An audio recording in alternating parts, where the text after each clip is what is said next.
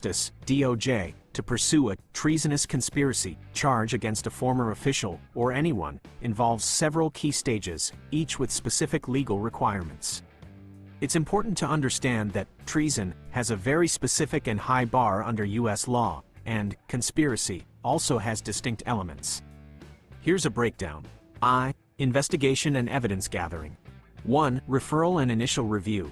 The process typically begins with a referral or complaint, in this case, from Director of National Intelligence Tulsi Gabbard to the DOJ. The DOJ would then conduct an initial review to determine if the allegations warrant a full investigation. 2. Extensive investigation. Federal agencies, such as the FBI, would conduct a thorough investigation. This can be a lengthy process, lasting months or even years. It may involve collecting financial records, conducting surveillance, wiretapping, with proper legal authorization, interviewing witnesses, gathering documents and other forms of evidence, issuing subpoenas for testimony and documents. Grand jury proceedings, for an indictment. 1. Presentation to grand jury. If prosecutors believe there is sufficient evidence to support charges, they will present their case to a federal grand jury. A grand jury is a panel of 16 to 23 citizens that operates in secret. 2. Purpose of grand jury. The grand jury's role is not to determine guilt or innocence, but to decide if there is probable cause to believe that a crime was committed and that the accused person committed it. 3. Evidence presentation. Prosecutors present evidence and may call witnesses to testify. The accused typically does not have the right to be present or to present their own evidence at this stage, nor can their attorney be present in the grand jury room. 4. Vote on indictment. After hearing the evidence, the grand jury votes on whether to issue an indictment, also known as a true bill.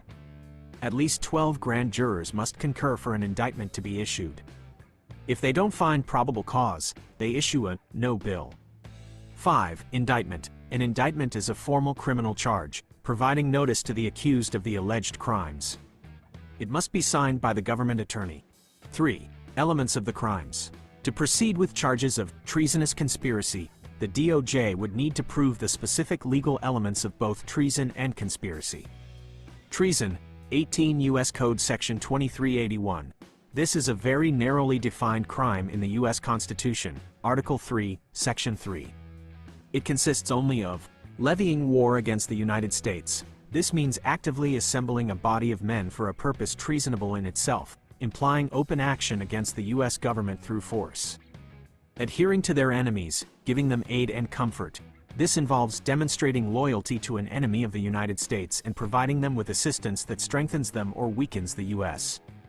Crucially, for conviction, the Constitution requires the testimony of 2 witnesses to the same overt act, or a confession in open court. This 2-witness rule makes treason exceptionally difficult to prove. Conspiracy, e.g., 18 U.S. Code Section 371 for conspiracy to defraud the United States, or 18 U.S. Code Section 2384 for seditious conspiracy. Agreement. 2 or more persons must agree to commit a federal crime or to defraud the United States. Intent. The conspirators must have intentionally made the agreement and intended to achieve its illegal goal. Overt act. At least one of the conspirators must commit an overt act in furtherance of the agreement. This act does not have to be illegal itself, but it must demonstrate a step toward making the conspiracy a reality. IV. Post-indictment. 1. Arraignment. If indicted, the accused would be formally arrested and brought before a court for an arraignment, where they would be read the charges and enter a plea, guilty, not guilty, or nolo contendere. 2. Pre-trial motions. Both the prosecution and defense can file various pre-trial motions, which may challenge the legality of evidence, the indictment itself, or other aspects of the case. 3. Trial. If the case proceeds to trial, the prosecution must prove every element of the alleged crimes, beyond a reasonable doubt, to a judge or jury. The defense will present its case, aiming to create reasonable doubt. 4. Verdict and sentencing. If convicted, the individual would face sentencing according to the law. Treason carries severe penalties, including imprisonment and substantial fines, and historically could even result in the death penalty. It's important to note that successfully prosecuting a former president, especially on charges as grave and constitutionally demanding as treason, would be an unprecedented and complex legal undertaking. The treasonous conspiracy accusation likely refers to a combination of conspiracy charges that could be seen as having treasonous intent, rather than a direct treason charge due to the extremely high bar for proving treason itself. Hello 啊，大家好啊，歡迎嚟到天下知多啲。今日睇下又大家可以知多幾多咁啊？咁而家呢個深層政府咧就逐一咧就即係知道啫，我哋就係Chelsea Goldberg 咧嗰個DNI Director， 咁啊而家佢就會將佢啲嘢就懟晒俾 FBI， 跟住又懟晒俾 DOJ。咁其實個程序咧就好複雜嘅，咁啊有個朋友就留言，亦都話唔知咩，佢唔知，因為佢唔知我講乜啦，準備。咁其實因為幕後咧就係奧巴馬做主使嘅，即係而家已經係公開秘密嚟㗎啦，根本唔係，已經唔係好似以前咁咧戴口罩啊、打針啊呢啲咁嘅古仔啊，已經係成為事實。就唔好當根本就唔係，已經唔再係 conspiracy 啦 ，OK？ 即係絕對唔係陰謀論啦，因為已經有晒證據，但係問題咧仍然都仲需要有個程序嘅，就唔係亂嚟嘅。咁啊呢啲程序咧就係即係我覺得係公道咯，公道咯。雖然我哋知道晒呢啲嘢，但係我哋點樣可以個程序係點？我就做咗條英文片㗎啦。頭先嗰條咧就係英文片喺 Asia Sky Media 英文 channel 啦。即係我咧就即係而家又用緊英文去同啲外國人即係分享啲資訊。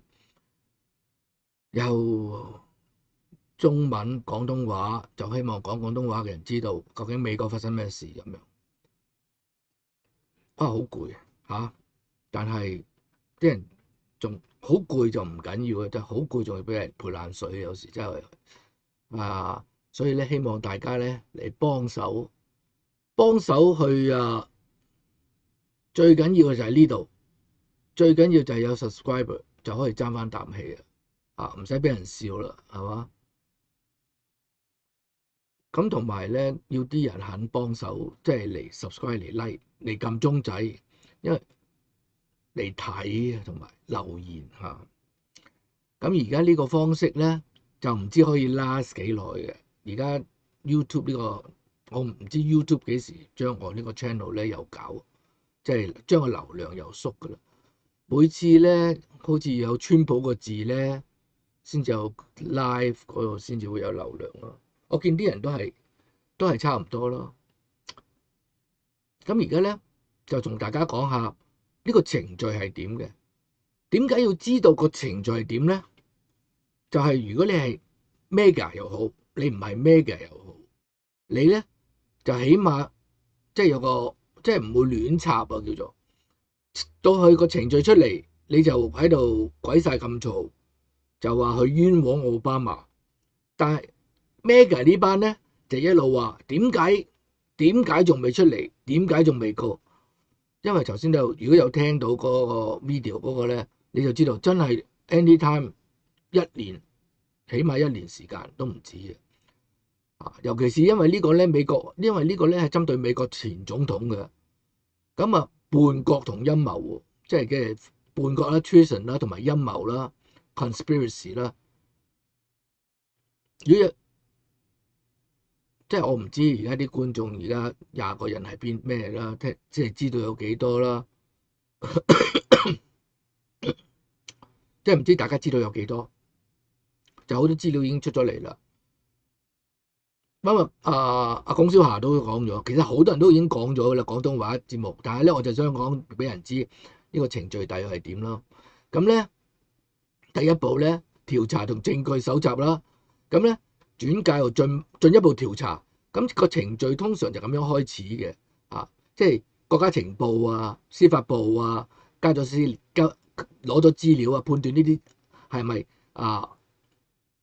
咪可以進行啊，咁就會廣泛調查啦，就 FBI 會廣泛調查啦，聯邦調查嗰個 FBI 啦，會進步徹底將啲所有嘅資料咧就會即係 FBI 嘅工作，主要都係 FBI 工作。而家國土安全部就出咗但係 FBI 就仍然咁咧調查之餘咧，仲有咩少少？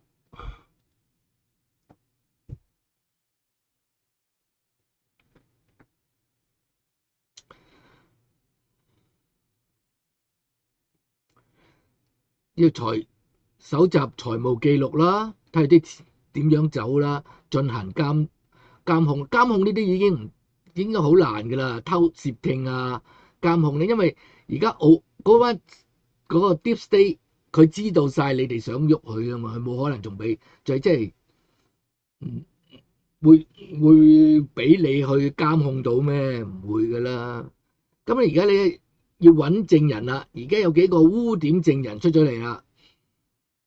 咁污點證人雖然出咗嚟，但係都仲需要一啲時間，佢即係攞證供啊等等嘅嘢啦，啲文件啊證據啊，咁subpoena啦，發出傳票啊，以取得證詞同文件啊，我哋呢度咧就係呢啲就係即係正常嘅法律程序咯。咁正常法律程序就唔係未審先判啊，拉晒去坐監先啊，坐住監等啊，冇呢啲咁嘅嘢㗎。但係民主黨嗰陣時係有對我哋一班示威者、一班 Trump、一班 Mega 係完全有拜登唔係嗰個關奧巴馬事啦，拜登啦咁但係拜登嗰陣係黐呆㗎嘛。咁咧背後個幕後黑手咧就係 either Nancy Pelosi 一係奧巴馬。但係而家好多證據顯示咧，有可能係奧巴馬，即係唔知啦。而家未知道係咪嗰個Jan 6嗰班有可能 Nancy Pelosi 啦。咁但係呢個陰謀呢個就係將嗰個通俄門呢個騙，即係嗰個謊言啦。通俄門呢個謊言咧，就肯定係奧巴馬搞出嚟㗎啦。但係 Jan 6嗰啲咧就係第二啲㗎啦。但係阿 Trump 2016年贏咗之後，佢哋嗰班左膠全部喺度吹㗎嘛，連個卡特總統咧都走埋出嚟吹㗎嘛。所以卡特總統咧係冇誠信嘅一個人嚟嘅，佢話佢係基督徒，佢竟然係可以作假見證嘅，呢個係犯嘅，係大罪嚟嘅。佢唔知頭唔知路，佢係懵嘅所以咧佢一係懵嘅，唔知頭唔知路。人講佢又講所以佢就當 Trump 係呢個係假設。但係因為係假設啊，我就可以兩樣假設噶嘛。我可以假設佢好，可以假設佢衰噶嘛。我梗係假設佢衰啦，因為佢啲記錄不良好嘛，政治記錄政綱不良好啊嘛。我梗係講佢衰噶啦，所以我一定係當佢咧係去假見證，作假見證。OK。作假見證係其中一個10屆犯咗10屆其中一屆。如果所以你基督教入邊，你有冇人肯走出嚟去批判呢個係冇佢信咗耶穌洗咗禮得㗎啦，佢得救㗎啦，得救最緊要得救就得㗎啦，得救就得，佢得救就得，佢得唔得救都唔係我哋話事嘅屌佢你中意佢你就想去得救，你唔撚中意佢就唔撚想去得救，係嘛？唔係咁噶嘛條數，所以邊個得救邊個唔得救，我哋係冇權話事，我哋亦都唔應該去判斷嘅但係好奇怪嘅教會就好中意去咧呢個得救，呢個唔得救，呢個點樣屌有時真係呢個係非常錯嘅一個傳統，就唔好學，要戒咗佢。基督教好多嘢以前你學咗嗰啲嘢咧，全部都要戒咗佢，重新嚟。聽 Dennis 講過等 Dennis 重新教，或者溫博士都得㗎溫博士 Dennis 同溫博士係有啲出入㗎啲嘢唔係好話以為咧，我跟足溫博士跟足，我同佢啲嘢係有出入嘅，但係我哋都係攞住一個重新一個角度去講翻呢個福音係咩嚟。我哋想人信耶穌信得徹徹底底嚇，唔好咧即係你唔係話一定要翻教會先係你信耶穌嘅，你唔翻教會你都係可以信耶穌，好似倪康嗰啲咁講啊。咁得你話係佢一定唔得救，你亦都冇資格講人哋得唔得救，冇一個人有呢個咁嘅資格。講完嚇，你係想去認識呢個歷史線，好多人唔認識啊。我琴日先同一個朋友傾完偈，傾咗成9個字，原來佢個朋友係真係完全唔認識基督教。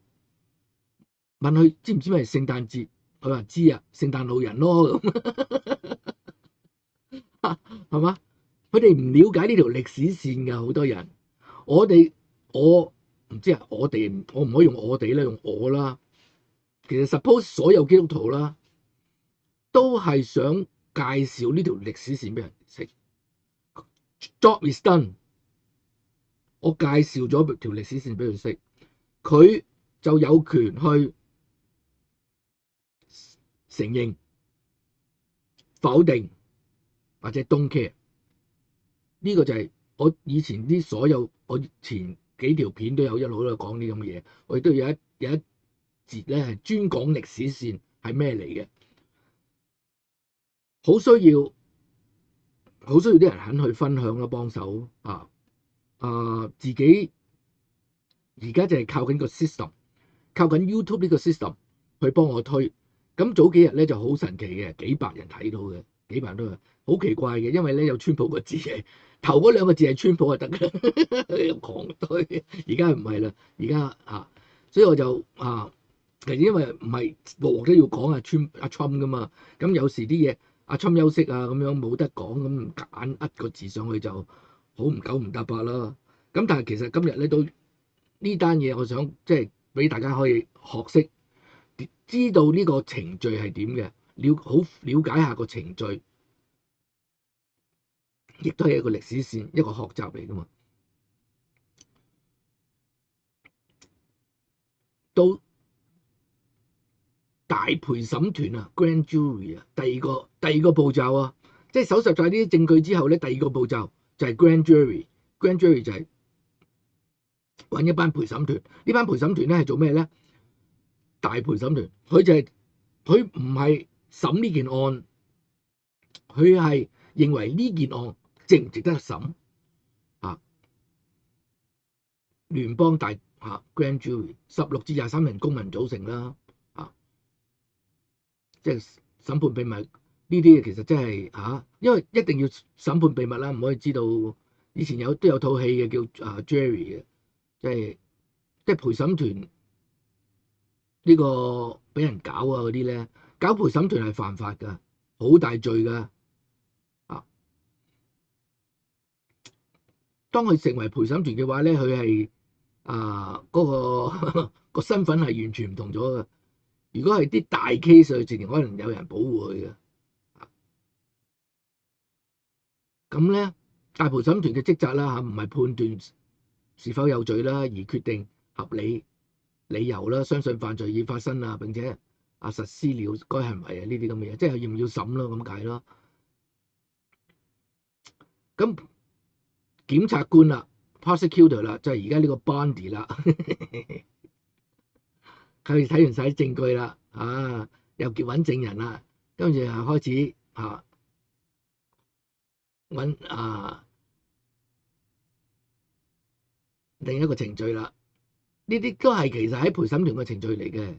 咁呢個咧檢察官呈示證據並可能傳遞證人作證，呢啲就係想話俾呢班 Grand Jury 知，呢個係一個 case 嚟嘅，係要審嘅咁樣咯啲其他律師就不得進入大陪 Grand Jury 一個大陪審團叫大陪審團嘅會議室，即係唔係好多人喺入邊嘅啫嚇。跟住之後投票決定啦，係嘛？可唔可以係嘛？要唔要起訴啊？咁樣呢個就係程序啦。咁咧構成嘅叛國陰謀嘅指控啦，呢個就係叛國陰謀嘅指控啦。具體係點咧？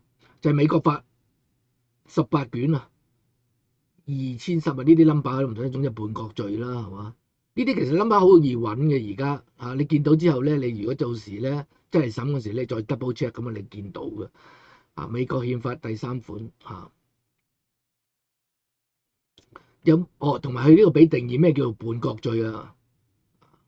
唔係舉支旗出嚟咧就叫叛國罪，係嘛？唔係舉支旗出嚟唱下嗰啲即係第啲歌啊咁咧就係叛國罪嘅，或者着件衫黑色又叛國罪嘅，呢啲冇啊，唔係咁嘅佢個叛國罪咧就會發動戰爭啦，對美國發動戰爭啦，效忠美國嘅敵人啦，即係話俾其實而家好多人都犯緊叛國罪嘅，因為佢哋咧喺巴勒斯坦或者伊朗嗰啲咧嗰啲支持嗰啲人，跟住喺度搞好多嘢，嗰啲係叛國罪嚟嘅。即係佢要係叛國罪，當然佢係一定要係美國公民咯，佢唔係美國公民點會係叛國咧？咁嗰啲人應該遞解出境噶嘛？你唔係美國公民，跟住你走去撐伊朗，咁咪踢佢走應該，但係咧民主黨係唔會踢佢走啊嘛。問題係冇理由唔踢佢走噶嘛。你可以審佢咯，你係咪應該係你咪審佢咯？審完佢之後咪踢佢走咯，有證有據咪踢佢走咯。都有個 due processing 一定要經過嘅，咁都要審嘅。至關重要嘅係若要定罪憲法要求呢個其實成個憲法入邊好聖經叫做必須有2名證人對同一公開行為作證呢個就係聖經教或在公開法庭上認罪呢個會唔會奧巴馬嗰陣時到時 I am guilty 咧？陰謀罪啦，呢個就係呢個啦，呢個共謀欺詐美國罪，陰謀罪有，跟住咧啲 number 唔使睇啦，係咪371條呢個叫做 Title 18如果你有時去聽報道新聞報道咧，你成日會聽到 Title 18其實就講呢啲嘢Title 18第幾條咁呢個 Title 18第371條呢個2384條咁樣，呢個煽動叛呢個就係煽動叛亂罪啦。協議2人或2人以上必須同意實施一項聯邦罪行或欺詐美國。呢個哇真係好多人坐監因為點解咁最近已經有聯邦政府發現好多人咧就 Covid 嗰啲錢欺詐 Covid 嗰啲錢就成有個組織喺 Mississippi 好似係咁欺詐咗成2.5億美金咁嗰班人會唔會係有共謀欺詐美國罪咧？371條記住去，等我下次去做下功課，睇下嗰班人係咪犯咗371條？嗰班70人有70人呃咗2.5億就係 Covid 嗰陣時就話即係冇病，即係好似啲話自己間公司其實已經炒晒啲員工噶啦，或者佢根本就冇呢間公司啦。應該好難嘅，應該都有間公司啦。咁本來又請咗咁多人，跟住咧其實已經炒晒啲員工嘅，但係咧就照攞嗰啲補助咯。咁有可能都犯咗呢條㗎，可以告到咁大嘅，因為佢係聯邦㗎嘛，佢係攞聯邦錢啊嘛，聯邦意圖啦，意圖其實呢個嘢好鬼咩㗎香港都好中意用意圖㗎嘛。我可能翻譯嘅問題。陰謀者必須有意圖達成協議啊，並有意圖實現其非法目標啊，即係呢意圖呢個字都 double check 下先，即係有少少鬼鬼地咯，因為我哋香港咧嗰班狗官啊，成日都話意圖噶嘛，成日都話人，但係係咪咁嘅意思咧？咁我真係要睇一睇英文嗰個翻譯。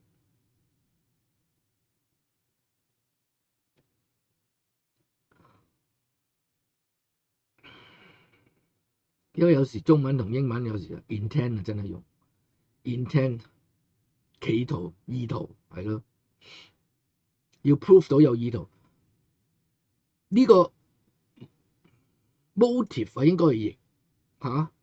如果要佢呢個譯得都唔係幾好，應該要有 motive。我哋幾樣嘢嘅，你犯咗一樣法，譬如一個謀殺罪，佢要告到個犯人咧。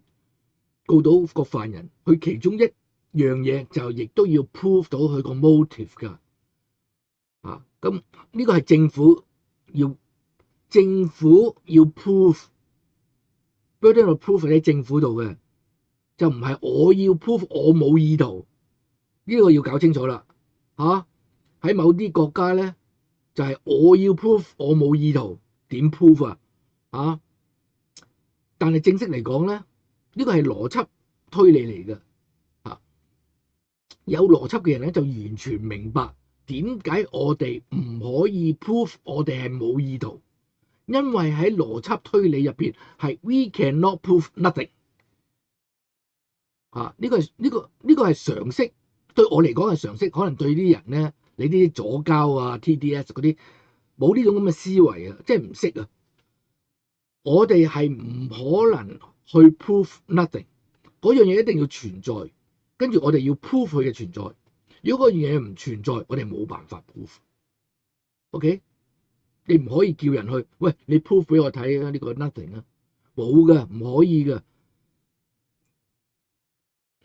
就相等於咧，我而家諗個字出嚟啦，求其諗個字叫成員啦，有個叫成員嘅嘢，係一嚿嘢嚟嘅，嗰樣嘢唔存在嘅，但係我又要你 prove 佢存在，係唔可能嘅事嚟嘅 ，prove nothing 啊，嗰個叫做就係，所以咧意圖呢個咧一定係政府去推到，即係可以揾到證據話係有呢個咁嘅意圖，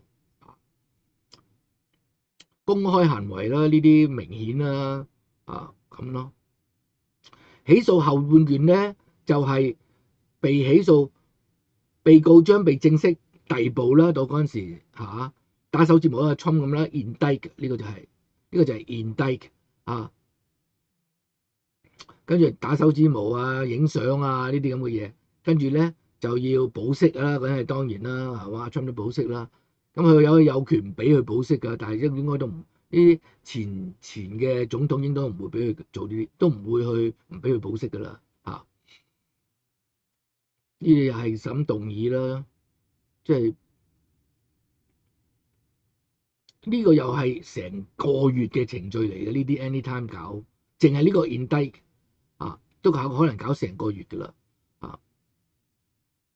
跟住判完啦，跟住之後。量刑啦，判決與量刑，所以又死刑嘅，應該係死刑嘅，呢個冇寫啊，其實應該係死刑嘅。成功起訴一位前總統啊，係咪因為奧巴馬啊？尤其是在像叛國這樣嚴重嘅憲法要求極高嘅罪名下咧，將是一個前所未有嘅複雜法律任務啊，所以真係好難嘅。所謂的叛國陰謀指控咧，很可能只係一系列嘅可能被視為具有叛國意圖陰謀指控，而非直接叛國罪指控，因為證明叛國罪本身嘅門檻真係好高，即係唔係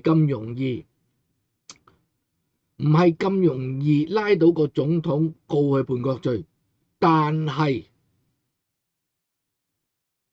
可以 impeach， 唔係 impeach 啊，可以係咪叫 impeach 我唔記得咗，即係將佢本身已經係總統嘅資格就劃咗佢啊！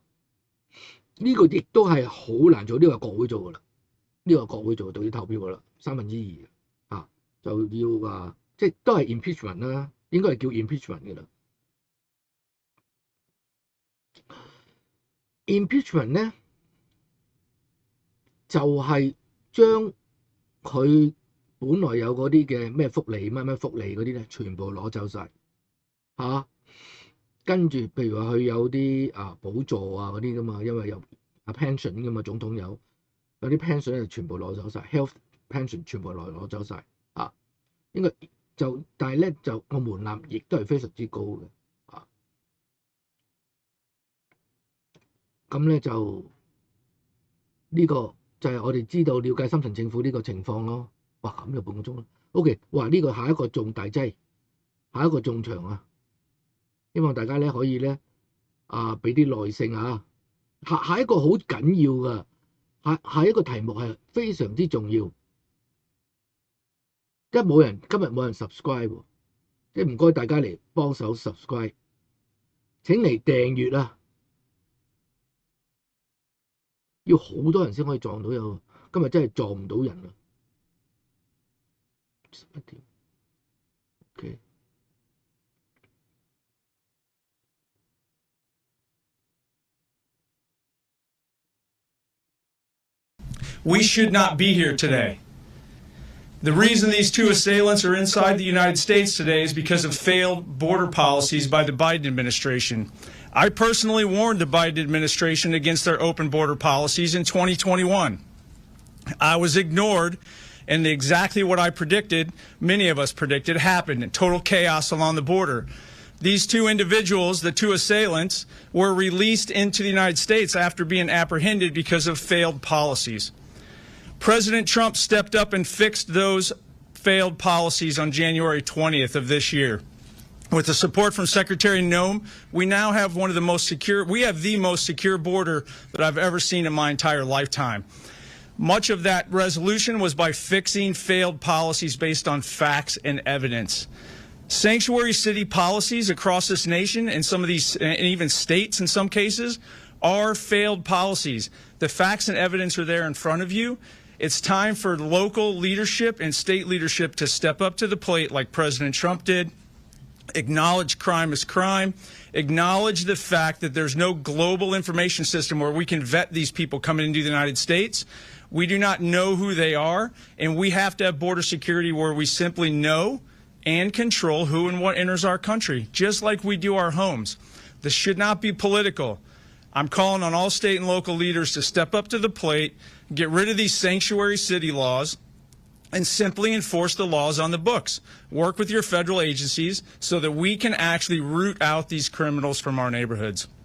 Last but not least, I should have said this up front, thoughts and prayers for our officer and his family, and I would ask that you keep them in your thoughts and prayers as well. Thank you for your time, but please remember this. This was 100% preventable. It was caused by bad policy, and it can be fixed with good policy. Thank you.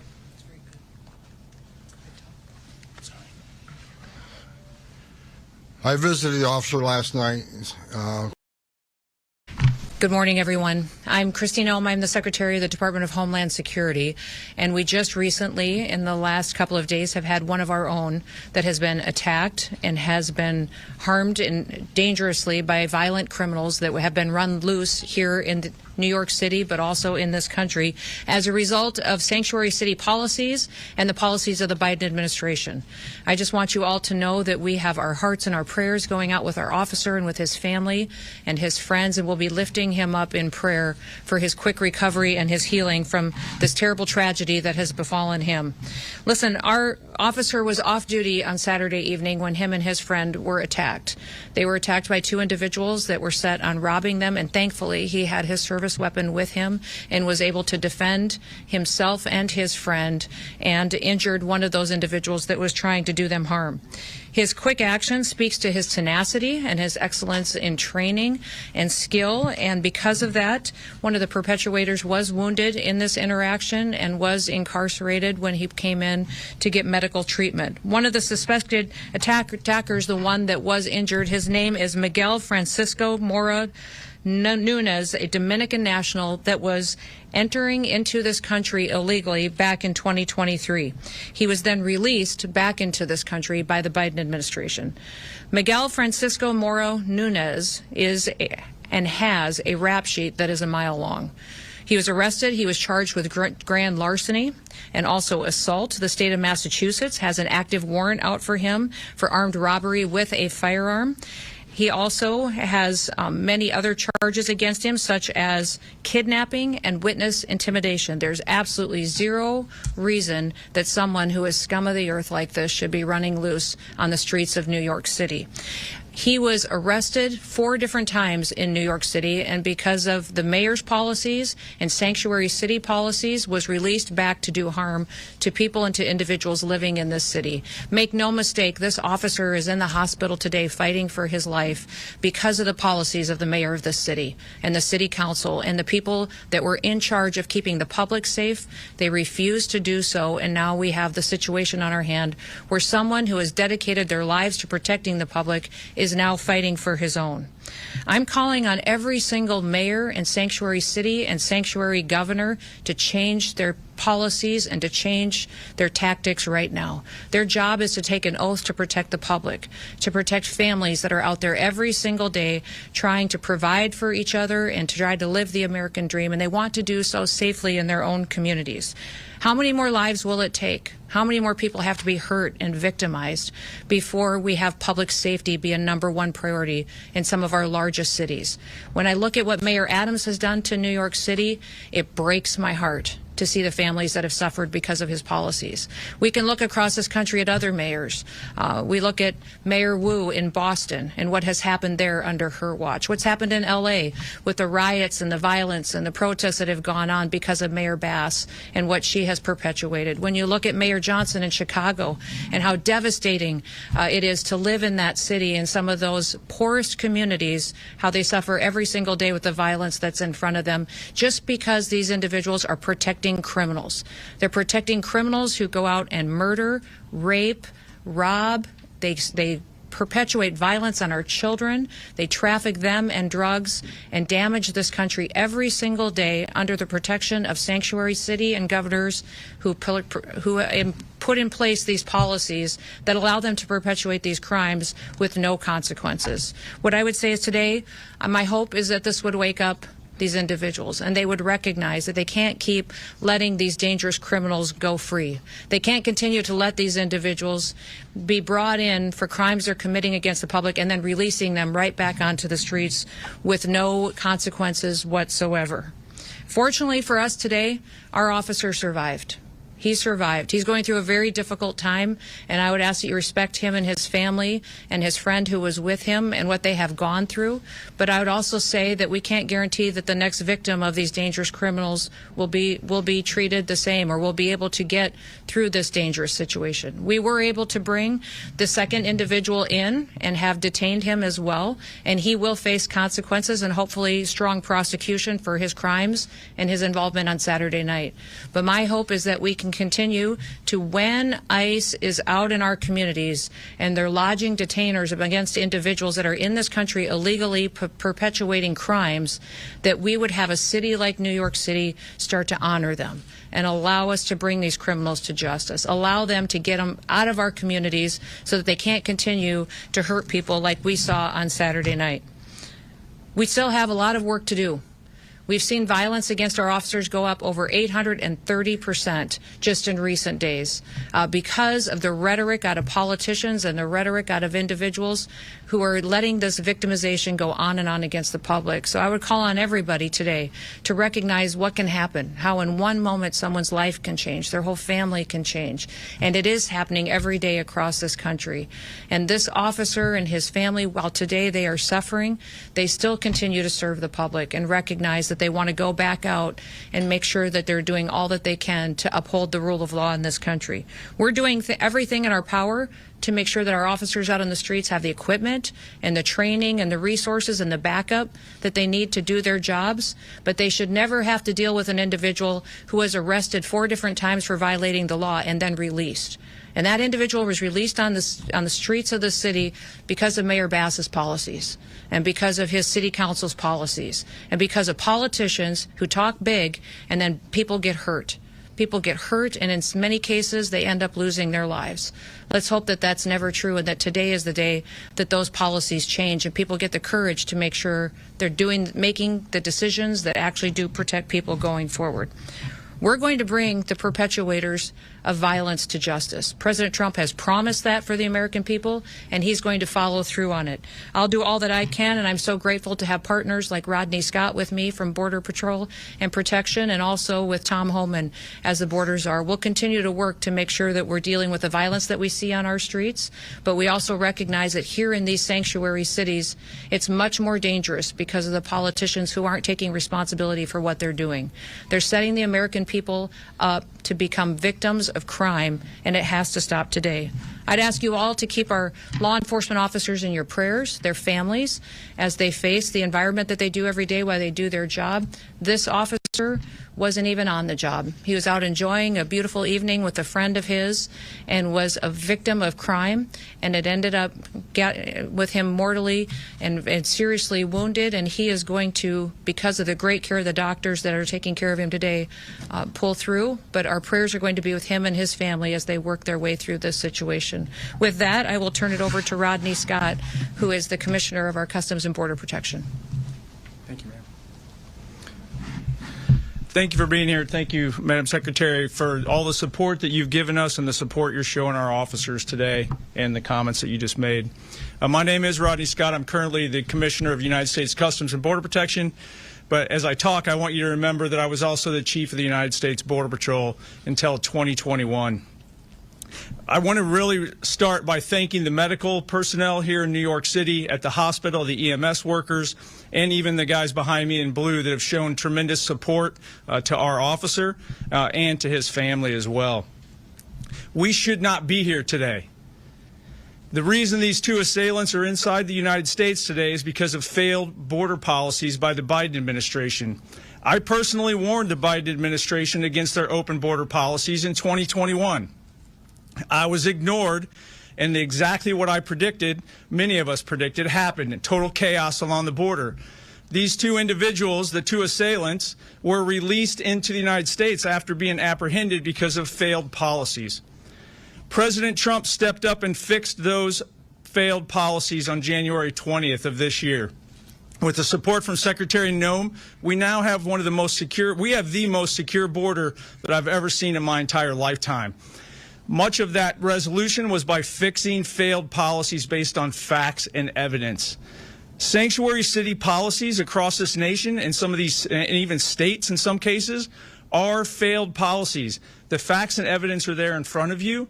It's time for local leadership and state leadership to step up to the plate like President Trump did. Acknowledge crime is crime. Acknowledge the fact that there's no global information system where we can vet these people coming into the United States. We do not know who they are, and we have to have border security where we simply know and control who and what enters our country, just like we do our homes. This should not be political. I'm calling on all state and local leaders to step up to the plate, get rid of these sanctuary city laws, and simply enforce the laws on the books. Work with your federal agencies so that we can actually root out these criminals from our neighborhoods. Last but not least, I should have said this up front, thoughts and prayers for our officer and his family, and I would ask that you keep them in your thoughts and prayers as well. Thank you for your time, but please remember this. This was 100% preventable. It was caused by bad policy, and it can be fixed with good policy. Thank you.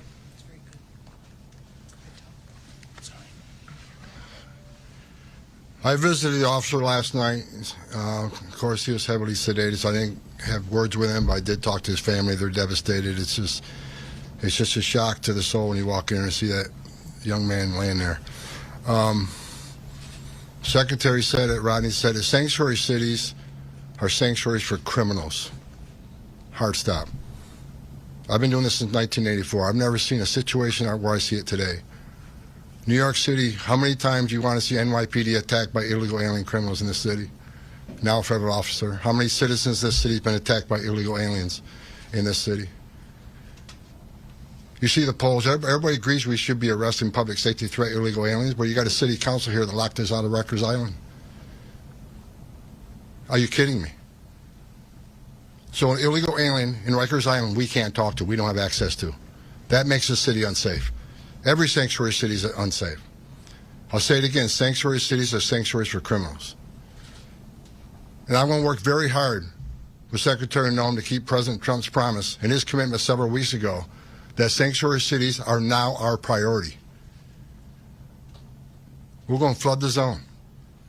You don't want to let us into jail to arrest a bad guy in the safety and security of a jail. You want to release him into the street, which makes it unsafe for the community, makes it unsafe for the officer, makes it unsafe for the alien. Anything can happen on a street arrest. So what we're going to do, we'll have more agents in New York City to look for that bad guy. So sanctuary cities get exactly what they don't want, more agents in the community and more agents in the work site. If we can't arrest a bad guy in the safety and security of the county jail, then we'll arrest him in the community, and we'll arrest him in the jail. And when we arrest him in the community, if he's with others that are in the country illegally, they're coming too. Sanctuary cities are sanctuaries for criminals. President Trump is not going to tolerate it. And I'll work every day with Secretary Noem to make sure we get as many bad guys, illegal aliens out of this country that we can. And I want to say one more thing.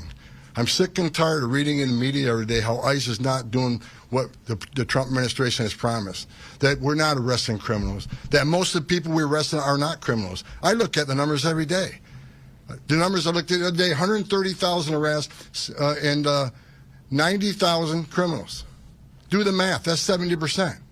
And who are the others?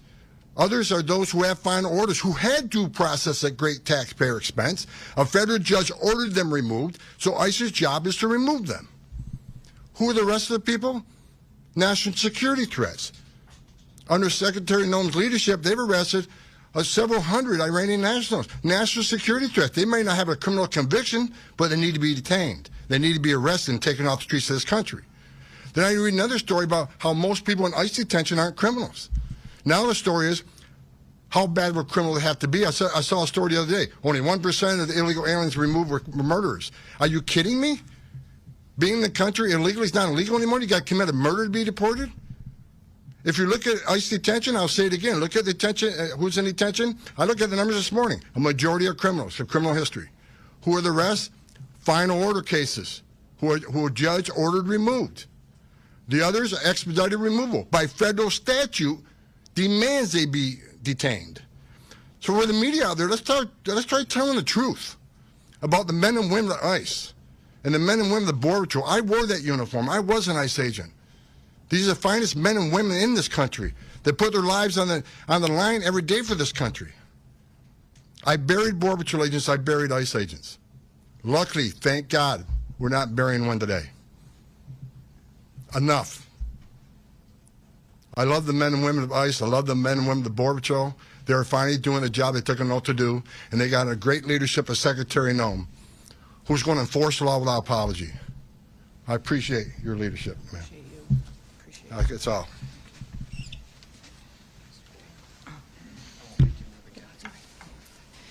Good morning. Diane Sabatino, Acting Executive Assistant Commissioner, Office of Field Operations.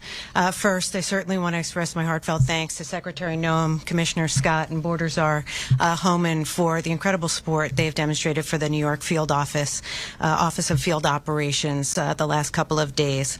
It is a tragic scenario to get a phone call about an officer, any CBP, Customs and Border Protection employee that's injured in the line of duty. It was even more tragic, this individual off duty. They picked the wrong guy in this particular case, two assailants, just a crime of opportunity. Unfortunately, and I apologize, I'm a bit overwhelmed. I saw the officer this morning, and having met him before and seeing how challenged our officers are in taking care of each other during this hard time. But just to get back to what I was saying, they picked the wrong individual to try to rob. And thank God, when we invest in our CBP officers, we invest in training, we invest in vigilance 24/7. Our officers and our agents stand watch 24/7 on the front line of the United States of America. And we'll take action, and we'll demonstrate that vigilance and dedication at any opportunity. That's great. Thank you. Go ahead, Frank. Morning, everyone. My name is Frank Russo. I'm the Director of Field Operations for U.S. Customs and Border Protection in the New York field office. We sit on a historical site. This building, One World Trade Center, sits on the very footprint of our old custom house. We were here from 1973 until 9/11. The memorial fountains that sit outside this window remind us of the attacks on 9/11. We have employees who were here for the first attack in 1993. They were here for the attack on 9/11, and they're back again. Our officer who was attacked on Saturday night embodies all the courage and resiliency of all our employees in CBP who are here in the New York field office. And our hearts are with him and his family as he recovers. And we ask that you all pray with us for his quick recovery. These acts, as the Secretary, Commissioner, Assistant Commissioner, Mr. Holman mentioned, should not have happened. And we need your help to make sure that they don't happen again. We thank you all for being here. I want to thank the Secretary, Border Czar Holman, Commissioner Scott, Assistant Commissioner Sabatino, and our partners at HSI and ERO for supporting us during these difficult times. Thank you, everyone. That's a great job. Again, we want to continue to lift up this family and our officer in our prayers. We're thinking of him and had the opportunity to visit with them this morning. They're doing well, but they do appreciate the outreach that they've had from the city, from all of the different agencies, the nonprofits that have reached out and have been willing to help them and walk alongside of them. But they also recognize, when I asked them if there was anything that they needed, they said, go after these criminals. One of the things he would have appreciated the most is if you doubled down on these bad guys that perpetuate crimes like these and even use these mopeds to commit their crimes and are well known for using them throughout the city to go out and to rob poor innocent people who are out enjoying an evening on the town with their family members. So we will continue to take that encouragement to go after criminals in this country, and especially those who have perpetuated acts like this that shouldn't be here and should never have been here. I want to remind you that this individual had been arrested 4 different times before this act happened on Saturday night.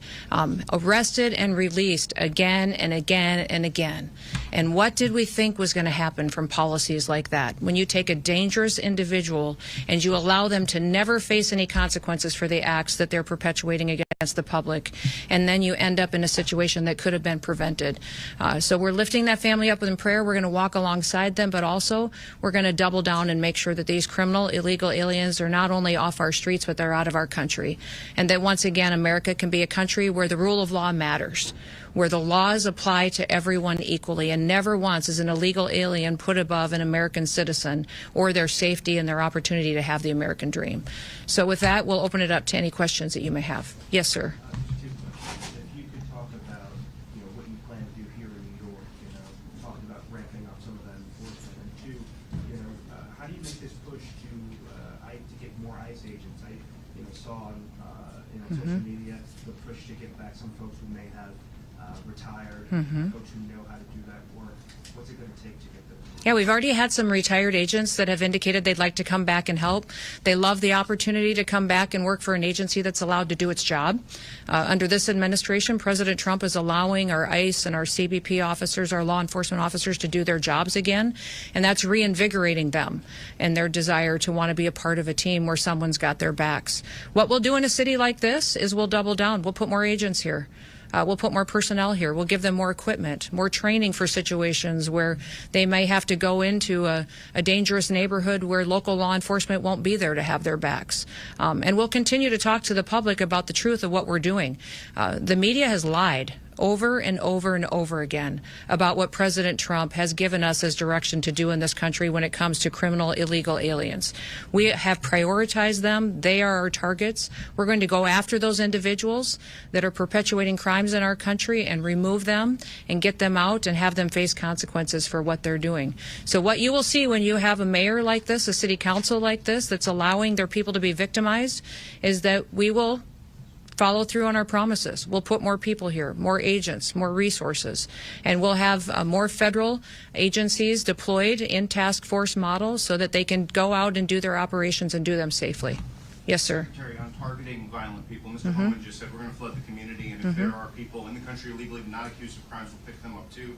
We've seen outside immigration court here in New York City, people still with pending green card claims, pending asylum claims are grabbed right outside of court. So my question is this: I understand you say you're targeting mostly violent people. Are you not undercutting your own argument when you arrest those others? Absolutely not. What we're doing is we're targeting those individuals that are perpetuators of crimes in this country, those who have final removal orders, those who have undergone due process and are needing to be removed from this country. We will do that. The biggest problem we have here in this city is that they don't honor our detainers, is that they're releasing people out of the court system, out of jails, and we have detainers against them, and local law enforcement isn't cooperating with us to honor those so that we can get these individuals off the streets. So we're going to continue to do that work every day, but it would be much safer for law enforcement, much safer for the public, if we could do it in partnership with local law enforcement. And we do that across the country. In so many states, we have agreements with city police, with sheriffs, with local law enforcement who partner with us to make sure our officers can be safe while they do this work, and we can clean up communities that are victims of crime. Unfortunately, here in New York City, it's a different situation, because here people play politics and then you have innocent people get hurt, and that shouldn't happen anymore. Just to be clear, yes, ma'am. So many of those arrests, yes, ma'am, not accused of criminals, if law enforcement, not accused of crimes, local law enforcement cooperate. That's what you're saying? It depends on if you're talking about those who have charges against them, those who have pending charges, those who have final removal orders. Those all continue to be our focus as well. Go ahead. Yes. Yesterday we learned the suspect Miguel Francisco Mora Nunez was once deported and then re-entered the country illegally through the Arizona border sector. Can you explain how and why that was able to happen? Well, if you look at what happened during the Biden administration, which is when he entered this country, was that basically anyone who crossed the border was granted an asylum and given a notice to appear in court, and he never did. Never showed up, of course, which was happened with millions of individuals who came into our country. And that's the task that we now have under the Trump administration, is cleaning up the ramifications of that invasion of our country. Remember, people came to this country through an open border and those policies that were terrorists, suspected terrorists, people who were violent criminals from across the world, individuals who were emptied out of prisons and mental institutions, and they came to this country, and Joe Biden and his administration just opened the door and let them flood in. The individuals that perpetuated this crime and violence against our law enforcement officer on Saturday night and his friend were two of those exact same type of individuals that crossed the border under those policies. They shouldn't have been here. They had been arrested in the past and released again. I'm thankful we have a president now who's not going to allow that to happen anymore. Yes, sir. The arrest of the second suspect, what's his immigration status? He's an illegal in this country as well. And so he has been brought in. Excuse me? Can you tell us more about when he was detained? He was detained earlier today and was brought in. It's a case that we will continue to work, but he was a part of this robbery on Saturday night, and hopefully he will face full consequences for being a part of that. Entered under Biden also. He did. They both entered under Joe Biden's policies. And we're grateful for the work of our HSI individuals who were able to go out there and partner with other agencies to bring him in this morning. Yes, sir. Are there going to be any federal consequences for, I mean, you clearly laid the blame at the feet of our mayor and our legislature. And your city council. And our city council. Yes. Are there going to be any federal consequences for courts that continue to release migrants who are not only here illegally, but have committed or are charged with committing violent predicate felonies? Well, I just want them to know that we will use every tool at our disposal that we have the authority to under the federal government to bring safety to the people of New York City and to other sanctuary cities across this country. One thing I would encourage the public to do is to continue to speak out for safety, for the ability to walk their kids to school in the morning, for the ability to sleep at home at night safely and not have to worry about violent crime happening right outside of their doorsteps. I've been here in the city several times doing different operations with our ICE officers, with HSI officers, and it's amazing to me how you can be out on the street early in the morning while we're incarcerating many of these individuals who perpetuate violent crimes, and the citizens who live in those neighborhoods walk by us and they say, "Thank you. Thank you for being here. Thank you for helping us. Nobody would help us, and we've had to live like this for years. Thank you for giving us the chance to be able to walk down our street again without having to worry about who's going to attack us, who might hurt our children, or what might happen to our small business today." That's our mission every day, is to make sure that we're not going to do what Joe Biden did or what these sanctuary politicians do. They decide who has to be a victim and who doesn't be a victim when they pick and choose who they're going to uphold the law against and who they're not going to. And many times their policies have treated illegal criminals better than they have U.S. citizens. It's wrong and it needs to stop. And this situation on Saturday night where our officer was shot and wounded and hurt and is in the ICU right now in the hospital fighting for his life, that had to happen because it shouldn't have happened. It wouldn't have happened if we would have had the right leadership in this city. Yes. Hi, I'm Elaine with the New York Times. I'm curious, which sanctuary city policies do you think would have prevented this from happening?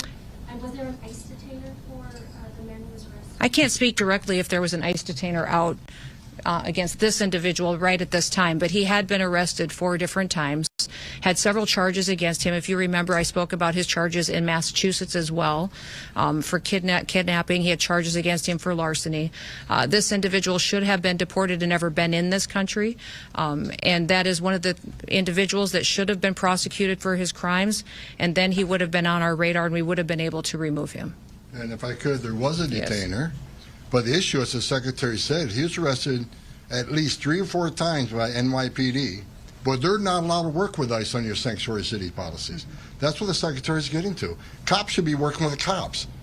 This should be a nonpartisan issue. Cops working with the cops to keep New York safe. We're not asking them to be immigration officers. We're asking them to help us remove public safety threat illegal aliens from this country, but NYPD is not allowed to do that, and that's exactly what happened in this case. Have you spoken with Mayor Adams about this, and what was his response? We have spoken with him about the policies before and asked him to change those policies. There's times that the NYPD, and I believe that's still in place, that if one of our officers is in jeopardy, they're still backing us up on that, but not doing operations with us, which does happen in many other cities and other jurisdictions. We wish we had that kind of partnership with Mayor Adams, and I know you guys have got a leadership election in this country or in this city that's going to be happening soon. Boy, start looking at the candidates today and see which one is going to start making this city safer, because you've got a mayor today that could have done better, and maybe he'd have more support today if he'd have put his people first. If you look at Commander Shell of NYPD, did an op-ed last night that I read, and I saw him doing an interview this morning. He's got 4 decades NYPD. Even he spoke up, said this should never have happened. NYPD should be working with ICE on criminal aliens. So either you endorse any of the candidates for mayor? No, that's not what we're here today about. We're here today to focus on our officer, his family, and to make sure that everybody understands that this didn't have to happen, and that we want more cooperation out of local law enforcement so that we can get dangerous, criminal, illegal aliens off of our streets. Who's talking? Yes, sir. I see Mr. Clayton here. You intended to this case federal. Jay, would you like to start? Let me say 2 things. Thank you. I want to say 2 things. First, for the last 36 hours, I've watched the people who work under all of you work tirelessly to bring this case. We are expecting to bring federal charges. The second thing that I want to say is the commitment of the federal government, the U.S. Attorney's Office, all of our partners, to end gun violence in New York is as strong as it ever has been, and we are going to do that. I'll take one more question. Look at that. All right, we won't. Thank you all. And please keep our officer and his family in your prayers. Have a good day.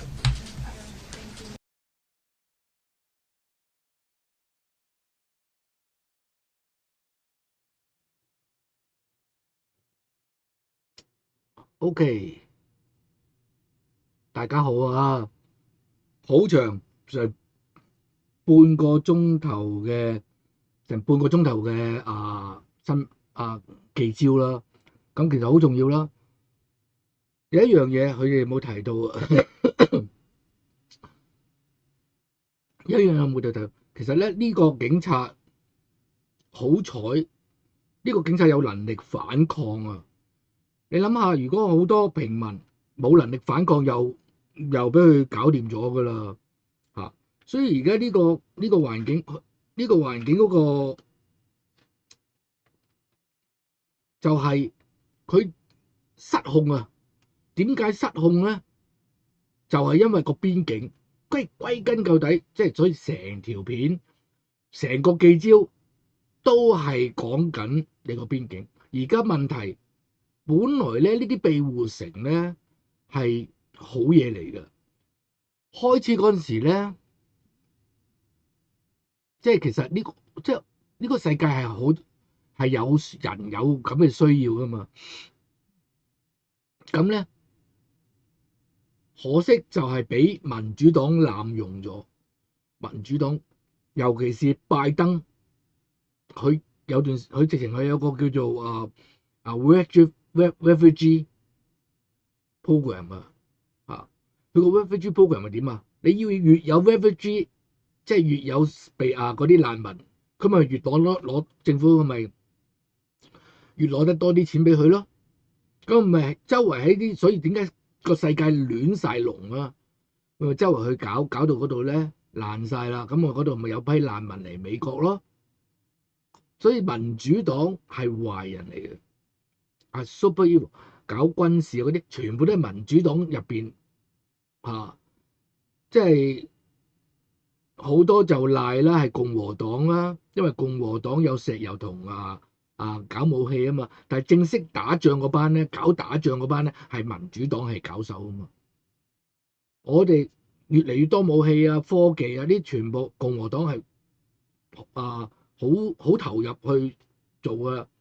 但係民主黨就係正式即係周圍去搞風搞雨搞到邊度？利比亞奧巴馬嗰陣時搞利比亞，好似係嘛？Clinton 就搞另外一個，總之佢哋 Clinton 啊、希拉里啊咁樣，佢哋總之係民主黨嗰班。但係 Trump 成年冇事㗎，Trump 嗰4年係冇事㗎。咁列根嗰陣時係冷戰添啦，咁嗰陣時嗰個形勢啊嘛，嗰陣時嗰個形勢就唔同啦，唔同講法啊嘛。但係而家根本都唔使打仗嘅咁，但係咧佢哋就會搞咯。布殊嗰啲都唔係我哋人，布殊嗰啲都唔可以當佢係共和黨噶啦，佢都係叫 Wino 噶啦，都係 in the name only，佢哋都唔係即係唔可以叫，不能稱之為共和黨。而家真正係可以叫做共和黨嘅人咧，就係當年我哋嘅即係我哋嗰班茶黨。我突然間亦都會介紹下茶黨 Boston Tea Party 個古仔啦，個歷史由來係點啦，俾大家知道。會介紹下，所以千祈唔好走開。你入嚟睇一陣咧，你都需要你去撳嗰個 like 啦。你起碼撳個 like 啦 ，subscribe 撳個 like 啦，咁你將條片去傳多，俾多啲人睇。如果你係講廣東話，更加需要你講廣東話啲人咧去做呢個動作，因為我係廣東話 channel 啊嘛。天下知多啲，點解會叫天下知多啲咧？就直接個啲字咧，係嘛？點解唔用第二啲名咧？就係因為我想話俾人知，我呢個係廣東話台嘅。但係而家 end up 咧，好多時咧都係推咗啲講英文嘅入嚟咯。咁講英文入嚟咧，好奇怪，佢哋好願意撳 subscribe。我都唔知點解啲華人咁唔中意撳 subscribe 嘅。訂閱啊、subscribe 嗰啲咧，唔係都有好多，即係圍內我識嗰啲人當然有撳啦，但係有好多即係我知道好多係冇咯，咁都唔緊要啦。咁好多謝大家繼續支持在間凌厲戰鬥到底啊！咁我哋呢啲庇護城市咧，其實係好嘢嚟嘅。我俾大家睇下，係呢啲太細啦，啲字可能就冇需要睇啦。即係睇美國庇護城市早期萌芽啦，80年代啦，呢個即係越戰嗰陣時開始嘅。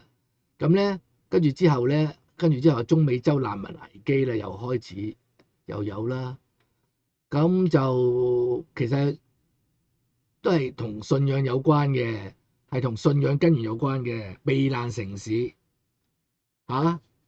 舊約聖經開始㗎啦，即係舊約聖經已經有㗎啦。殿嗰度聖殿嗰度咧有個地方咧，如果你犯咗罪咧，你可以去嗰度避，就唔使俾石頭掟死嘅。即係俾機會人 second chance 嘅嗰個係概念啦。咁而後尾我哋有庇護城市咧，就係難民，即係成個表睇下哋成個表可唔可以睇到先71年，跟住咧加州柏克利宣佈啦，第一個宣佈庇護城市就係以抗議越南戰爭啦。呢個越戰嗰陣時開始㗎啦，因為開始嚟咗好多難民，同埋第一批嚟嗰批咧，大部分都係由教會，好多都係由教會嗰陣時嗰啲冇好少呢方面嘅叫咩non-profit 嘅非牟利，嗰陣時好少。後尾就越做越大啦，越做越多咁樣啦。咁有啲係掠水啦，當然有啲呃錢嘅，有啲係真㗎啦。咁後尾政府參與啦，後尾變咗，所以點解變咗庇護城市就係咧？你可以喺嗰度開飯，有地方住嘅，即係點講啊？你一走到即係好似香港嗰陣時難民營咁咯但係難民營又係政府㗎嘛，英國政府搞㗎嘛入邊食住嗰啲就我哋嗰陣時 Cuba 嗰陣時都未有呢啲即係冇呢啲庇護城市主要都係政府就係難民營形式啦咁樣啦。後尾就係越南呢度，跟住咧就係教會公開宣佈庇護呢度82年開始越搞越大啦，因為揾到錢因為好多人俾錢㗎，同埋啲難民唔窮㗎嗰陣時啦，有一部分啦，有一啲好窮嘅有啲嚟嗰陣時孭晒啲金磚啲金過嚟㗎嘛。咁有啲唔係啦，係嘛？即係其實都係凄涼㗎啦。而家我哋香港竟然變成難民，真係估都估唔到咯。咁喺估唔到嘅情況之下，我哋都係要奮鬥啦、努力啦。我哋唔可以咧停留響，即係今次香港議會已經成立咗，咁我睇啲人咧即係講嘢咧，佢仲係停留咗，停留咗。喺香港，淨係喺度鬧班狗官，唔使理啦。咁樣你鬧都冇意思啦，已經係嘛？喺度鬧班狗官即係講好多即係好多共產黨唔好嘅嘢咁冇用嘅要用另一個方式㗎啦。陣間我會講解，即係我哋其實我覺得成班即係而家已經整好咗啦。你班議員咧就去溫習睇下美國係點樣開始，就攞嗰種精神去點樣真係可以真真正正去幫香港人，就唔係為咗自我擴大。哇！我係香港議會係嘛？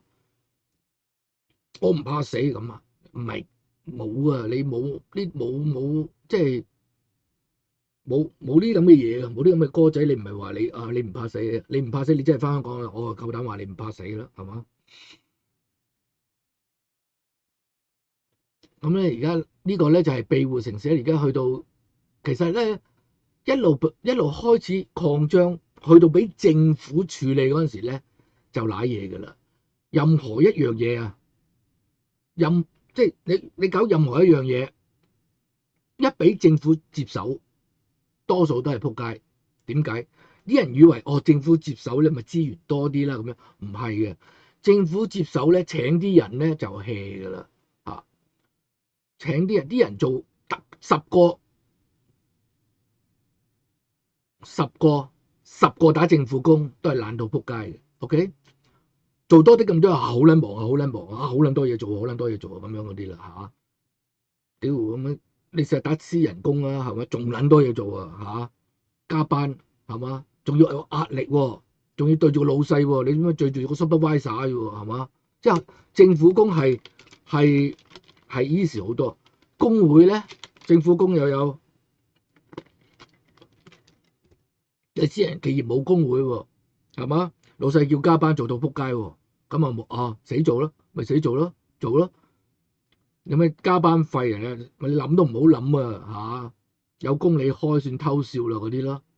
所以佢成個意識，所以打政府工咧，我唔係睇唔起啲人打政府工，我係話打政府工就係打政府工咯嚇。可以而當政府擴張啊，一路擴張政府嗰個 position 咧，我就驚㗎啦。所以啲人話做咩唔去做呢啲啊？做嗰啲政府工啊？呢度請人啊，嗰度請人，我冇興趣嘅。我根本又係反政府嘅人，我點會做政府工咧？而家阿 Trump 因為佢做嘅嘢就合乎建立美國，佢做啲嘢冇乜嚇，好似頭先我都有打咗個 message 出嚟。而家問題咧 ，Central City 咧，庇護城市，如果咁樣一下子咁樣咧，佢亦都要有兩手準備。第二手準備就係真係有一班真正嘅窮人係借助緊呢啲去生存，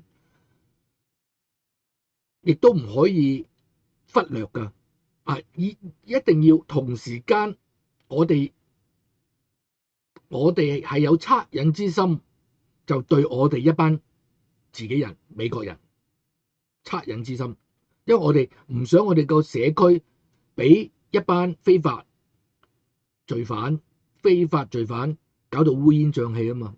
但係同時有一班人其實嗰班係大數添啊，真正係想過嚟重新 second chance 嘅嚟美國，諗住 second chance 嗰班人，而嗰班人就如果一截咗嗰班人咧，又係瀨嘢㗎嚇，所以成日要有兩手準備。但係而家真係冇辦法啦。所以嗰陣時邊境一定要有控制咁解啦。佢老尾啲人咧，我又唔撚見啲基督徒出，我即係唔係話所有基督徒我哋教會啲基督徒咧就我哋團契啊，我哋團契啲基督徒咧有 common sense 嘅 OK。我接觸好多聽到咧，即係唔係就聽到，有時睇啲留言啊咁樣啦。我睇人留言就睇撚完就留翻嚟做節目講嘅，就好少喺嗰度覆嘅，除非我想佢嚟知道我有呢個 channel 啦。嘥嗰個時間喺嗰度覆冇撚用啊！我建立緊我呢個平台噶嘛，建立緊我 YouTube channel 噶嘛，我點可能嘥時間喺嗰度講一大頓？我屌佢老味，我咪開完我咪夾我條片啊去屌柒嗰班係嘛撚屌咯，係咪？如果我做英文仲撚犀利啦我有諗過做英文噶真係實在冇時間，因為要揾食，呢啲冇錢。而家仲喺度等緊，而家先431500之後咧，仲要等4000個 watching hour， 所以咪而家喺度揼雞咯，揼波鐘揼下睇下唔會揼到多啲人嚟睇咯，冇辦法。但係呢個咧，陣間仲有好多好戲睇嘅。呢個咧就係呢個庇護城市。而家我哋知道起源係好嘢嚟嘅，我亦都知道俾民主黨搞爛咗嘅。咁而家咧點樣重整翻去？第一，重整嘅嘢咧好多時都係要咁噶啦，切晒佢先噶，再起過，拱冧晒佢，再重新砌過。因為俾拜登成個嗰個深層政府搞到彎晒啦嘛。你都唔知邊啲人打邊啲人，你即係啲犯啦入咗嚟嗰班啦，同埋你入邊嗰個架構NGO 啲亂咁使錢嘅，亂咁花錢嘅，冇一個責任心嘅，揾笨嘅喺嗰度飯食，屌你老味，我飯食我都要契弟咁啲subscriber 翻嚟啦，屌佢老味，嗰班撚樣，即係同埋有一樣嘢，啲人唔撚知㗎，佢哋咧有工會啦，我哋對華人嚟講根本係冇着數，點解咧？佢唔撚揾我哋，唔撚請我哋嘅，因為我哋唔識人喺入邊佢工會就一個賴一個㗎所以你話屌你老味趙美心你個撲街八婆啲成班華人選撚咗你出嚟，你呢啲又唔見撚係去幫我哋喺啲工會入邊搶位置，成班鬥木佬有鬥木佬工會㗎，我哋成班鬥木佬工會咪方喺嗰度屌搶墨西哥人票，佢老尾又冇幫我哋班中國人啊！我哋班中國人邊班？我哋班中國人喺度，班鬥木唔撚渣嘅大佬有班有牌嘅，有啲好撚叻嘅，有邊個？所以你話趙美心呢個係八婆撲街嚟嘅，咪方又係你有冇幫過？你反而你走去咧就聽好撚多撲街，就係聽民主黨王跟住就喺度批評共和黨。你諗下個趙美心做過啲乜嘢啊？幫中國人啊！啲人就喺度，而家就喺度話捉非法移民，關我哋撚事啊！我哋啲全部合法嘅會嚟拉我哋中國人。屌你乜趙美心講你又信有冇拉過一個中國人啦？屌你老味黐撚線嗰啲人佢哋班民主黨就係吹撚埋晒呢啲噶嘛全部謊言嚟嘅，就唔撚去聽我呢個節目我哋成鳩日就喺度做撚埋呢啲冇錢收嘅嘢，屌你老味又冇前途，屌你老味就係想多一把聲喺出邊對抗呢個民主黨，屌佢老味就係幫下一代嘅咋，屌你媽就嚟死啦，屌你老味我又唔撚睇醫生又食煙搶癌啦就嚟又，屌佢老味份工又呢啲又唔撚係真係工作喎，我又唔係做撚得好撚叻喎，呢啲又唔係咩工作。喺 YouTuber 啫嘛，你走去為咗喺街度話俾人知你係 YouTuber， 屌你咁呢條人都不務正業第一時間諗你係不務正業啦，呢個事實嚟噶嘛，人哋點樣冷眼睇我就冇撚所謂好似我琴日咁講，我個心就唔撚喺呢個地球度啊，屌你老味上帝幾時接我翻去就接我翻去，越快越好啊！啲人基督徒尤其是哇聽到呢啲，屌你老味。我哋信耶穌就係想上天堂啫嘛，你老味你信耶穌就係想喺啲人信耶穌就係想喺地下喺地上邊享福，屌你老味都唔係信耶穌，拜黃大仙撚走啊！屌你老母走去呢度有黃大仙拜又有西來寺，咪拜嗰啲撚走啦，一鳩樣啫嘛，一鳩樣都係去地獄噶啦，最終唔好扮做基督徒啊！屌，我哋信耶穌就係準備上天堂，乜嘢都喺嗰度諗。短有時係好撚勞鳩氣個個扮撚高尚啊嘛！屌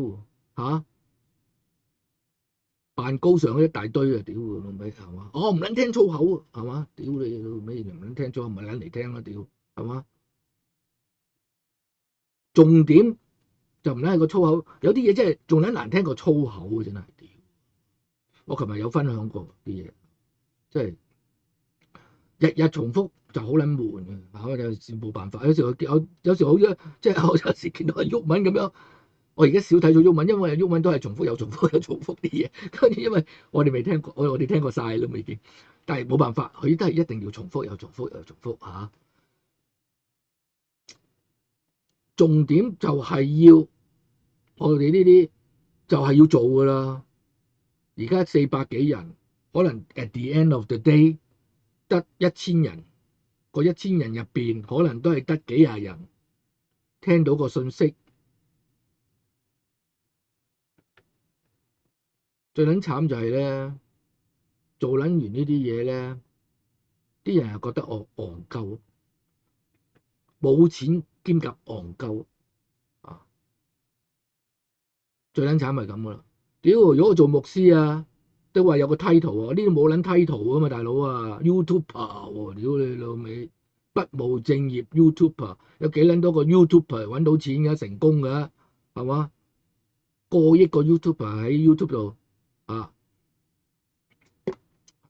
所以我其實好多時我都會分享翻 YouTuber 嗰啲 link 啊，俾大家，即係叫做互相鼓勵、互相支持。好似阿林永嫻呢啲都做得好撚辛苦嘅，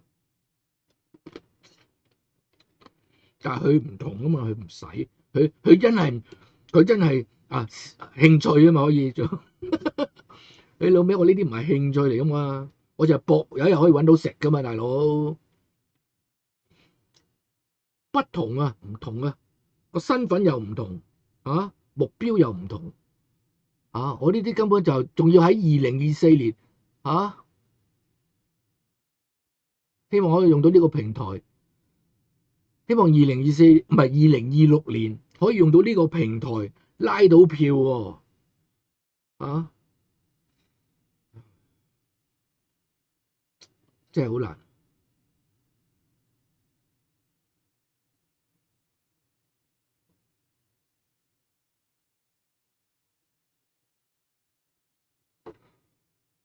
唉，發撚完牢騷啊！屌，發撚完牢騷又要做啊，係咁噶啦嚇。有時啊，同邊個講啫？唔翻去同老婆講咩？又係俾老婆屌係嘛？咪撚做咯，做得咁撚勞氣，我真係做得好撚勞氣嘅嚇，冇人睇，冇撚心機。近排因為呢個程式有人多人睇咗，我先就日日趁呢個程式未轉型啊，就努力係咁樣狂開呢種同一樣即係方式，但係今日咧就非常之少啦。咁陣間啦，就會再繼續做一個下一個環節啦，俾大家掉嚟咗邊。呢個槍擊係啊，呢個槍擊真係仲有真係好緊要，好多謝阿侵，即係每個人都應該覺得對阿侵應該感激嘅。就唔好聽埋晒民主黨講啲大話，佢頭先所以點解呢條片我亦都想夾出嚟咧？就俾啲人知道咧，民主黨點樣講大話法，攻擊ICE， 而 ICE 係幫緊我哋嘅 ，ICE 唔係害緊我哋嘅。如果你係壞人，梗係害緊你啦，好撚簡單，你販毒嘅，屌佢咩 DI 嚟啊唔係 DEA 嚟啊！你販毒 DEA， 你梗唔會，你咁咩？你梗係走啦！你梗係唔中意班 DEA， 你因為你販毒噶嘛？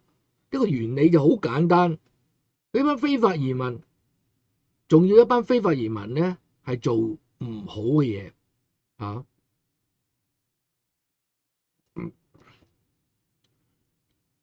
最唔好嗰樣嘢就係選票。所以一定係要將呢班非法移民趕走。其實佢哋係知嘅，你唔好以為 ICE 真係求其揾個地方去咧拉鳩人啊！全部喺 registration 嗰度咧，佢哋係攞到資料嘅。佢哋係暗啞底佢哋係攞到資料嘅。跟住佢哋去捉嗰啲咧，多數都係非法投票，但係唔公開講。下次應該可能都要揾，不過我又唔係好想公開講。打草驚蛇，其實已經打晒草㗎啦，已經驚晒嗰啲蛇嚇。以前真係好多教會做呢啲嘢㗎嚇，而家呢個嚇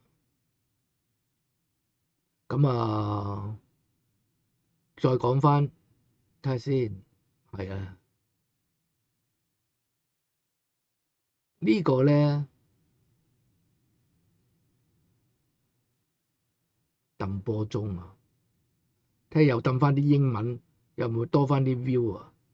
佢成日一味咧就係拱晒啲講英文嘅嚇，咁咧變咗啲英文人入嚟咧，聽到我講廣東話咧，跟住嗲幾句，有見到啲嘢咧，佢就走咗去啦。咁可能亦都要調校啲時間咯，考慮睇下點樣。如果大家有咩意見都可以俾我參考下。呢個咧又唔知道咩事，what the fuck is this？ This is mega 咯，屌你老妹，係嘛？呢啲人係好得意㗎，係嘛？啲人好有時都即係搞下咁搞上癮點樣㗎嚇？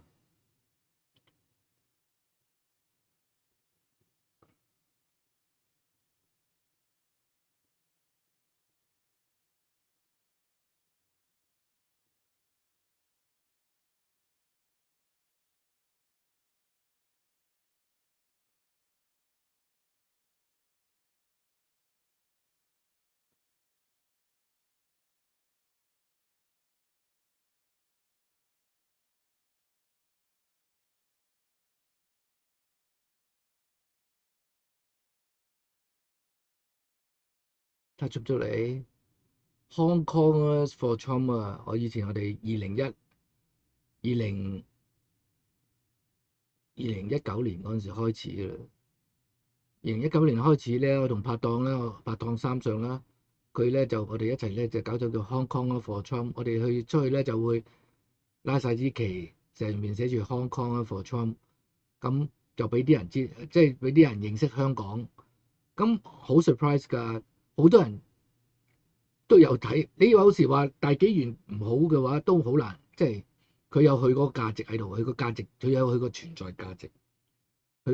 佢就係咧，好多人就係因為有大紀元英文，咁就變成咧，我哋拉住 Hong Kong for Trump 期，好多人咧都走嚟香港加入我哋㗎，藍營喎，即係共和黨營喎。我走去民主黨嗰啲咧，差唔多俾人排斥㗎 ，BLM 嗰啲俾人排斥㗎。但係去到共和黨入邊啊，拿住呢支旗咧，有幾多人幾開心啊！有個 Trump 字都嗌晒，Hong Kong for Trump 啊！咁我哋講翻啦，香港議會，我唔知阿 Sam 會唔會入嚟啦。我頭先我 text 佢叫佢入嚟啦，因為咧香港議會而家正式成立啦，有一個叫做阿 Sam 啦，我就唔知發生咩事啦。因為我本身自己冇參與啦，咁咧但係佢咧就被 DQ 呢件事啦。咁我都無查查，因為我又好難，我呢度我可能我要喺度咧多謝 Victor 啦 ，Victor 就有嚟 subscribe 我呢個 channel 啊。但我唔知道第啲人有冇啦，唔知阿袁爸爸有冇啦，阿龔小孩有冇啦。咁我知道毓民有啦。咁佢哋睇唔睇一回事咧，起碼 subscribe 咗先啊嘛，大佬係嘛？多一個係一個㗎啦，大佬係嘛？咁就係咁，跟住咧嗰個阿 Sam 就喺度話佢俾人 DQ， 咁就究竟入邊係咩事咧？阿 Victor 如果係嘛，你哋可以留言同我喺度分享咯。公眾平台就唔使有時咧，佢哋要喺譬如 Victor 個台咁，跟住如果阿 Sam 喺下邊打嘢咧，即係嗰啲又唔係咁好即係喺總之兩邊喺度拗，我真係唔知發生咩事。我本來都有諗。我本來有諗咧揾阿 Sam 咧入上我節目咧一齊講嘅，不過有時諗下咧，好似即係淨係揾佢又唔得嘅，我一定要揾兩邊噶嘛。即係如果係咧就兩邊即係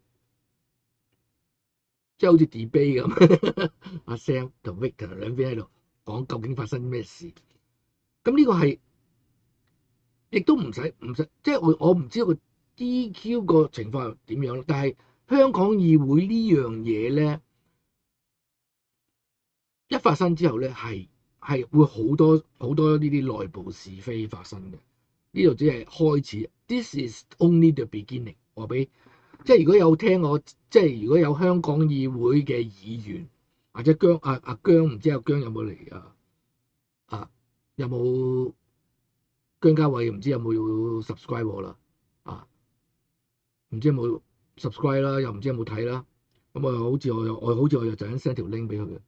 咁你哋知道你哋要去之後點樣做唔好太多形式嘅嘢，真正好似參考。我而家陣間我放條片出，大家就去參考下Benjamin Franklin。Benjamin Franklin 佢嗰陣時喺建國嗰陣時，兩邊走啊，英國喺度稅，又喺度稅英國唔好乜即係唔好加稅啊啲咁嘅嘢啦因為嗰陣時最主要咧就係打仗，打完仗之後英國佬冇錢跟住咧我哋呢邊又要打啲印第安人，我哋又係冇，即係我哋呢邊又冇錢咁又要揾佢啲人嚟幫拖，咁佢哋又要我哋俾錢佢啲人咁樣，即係總之我哋本身係冇錢咁啦。可能佢覺得我哋呢個13個州好有錢。英國嗰邊嗰個 King George III 第三佐治三世咁大家欣賞下呢條片Possibly getting a representative for all of the colonies in Parliament, he left for England in November 1764. The man known to history as Dr. Benjamin Franklin was born on the 17th of January 1706 in Boston, the capital of the Massachusetts Bay Colony, in a small two-room house. His father was Josiah Franklin, born in 1657 in the Northamptonshire village of Ecton in England, to a working-class Protestant family who for generations were known for their intelligence, creativity, and independent thinking.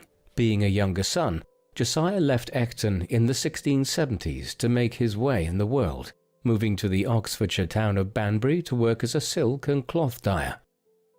After noticing that many Protestants were sailing to Massachusetts, Josiah realized that the opportunities available in America were greater than anything he could ever have in England. So, in 1683, he and his wife and child and their 3 children sailed to Boston.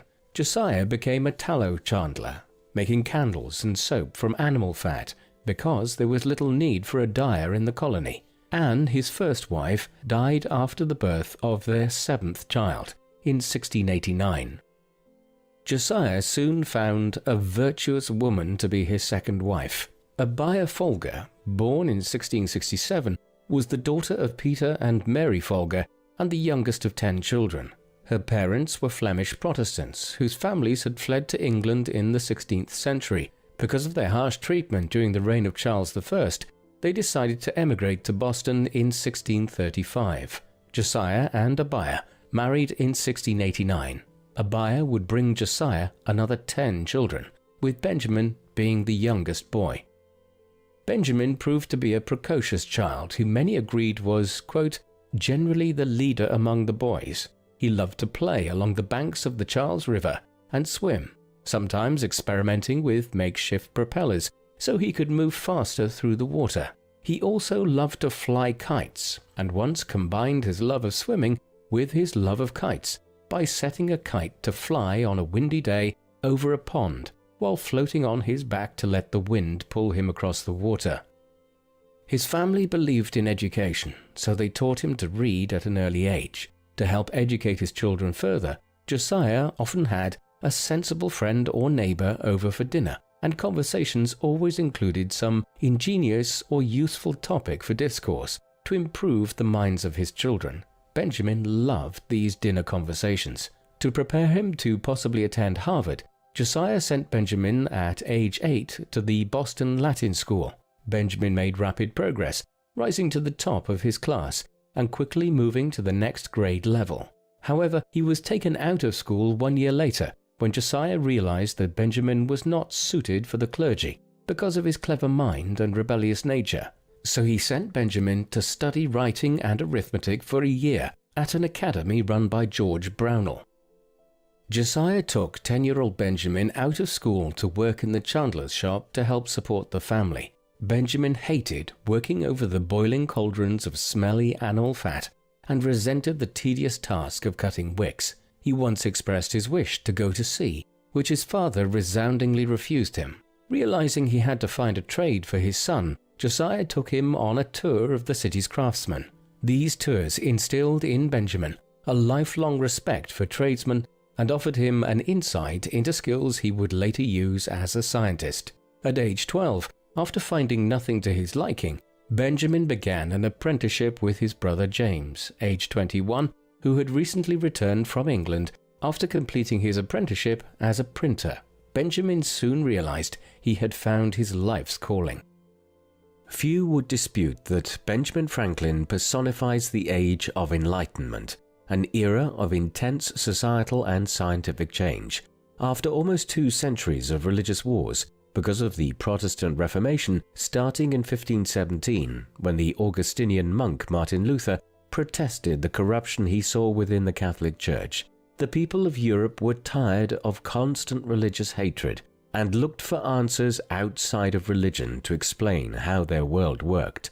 The resulting scientific revolution was propelled forward by the invention of the printing press by Johannes Gutenberg in 1440. This revolution of ideas laid the foundation for the Age of Enlightenment.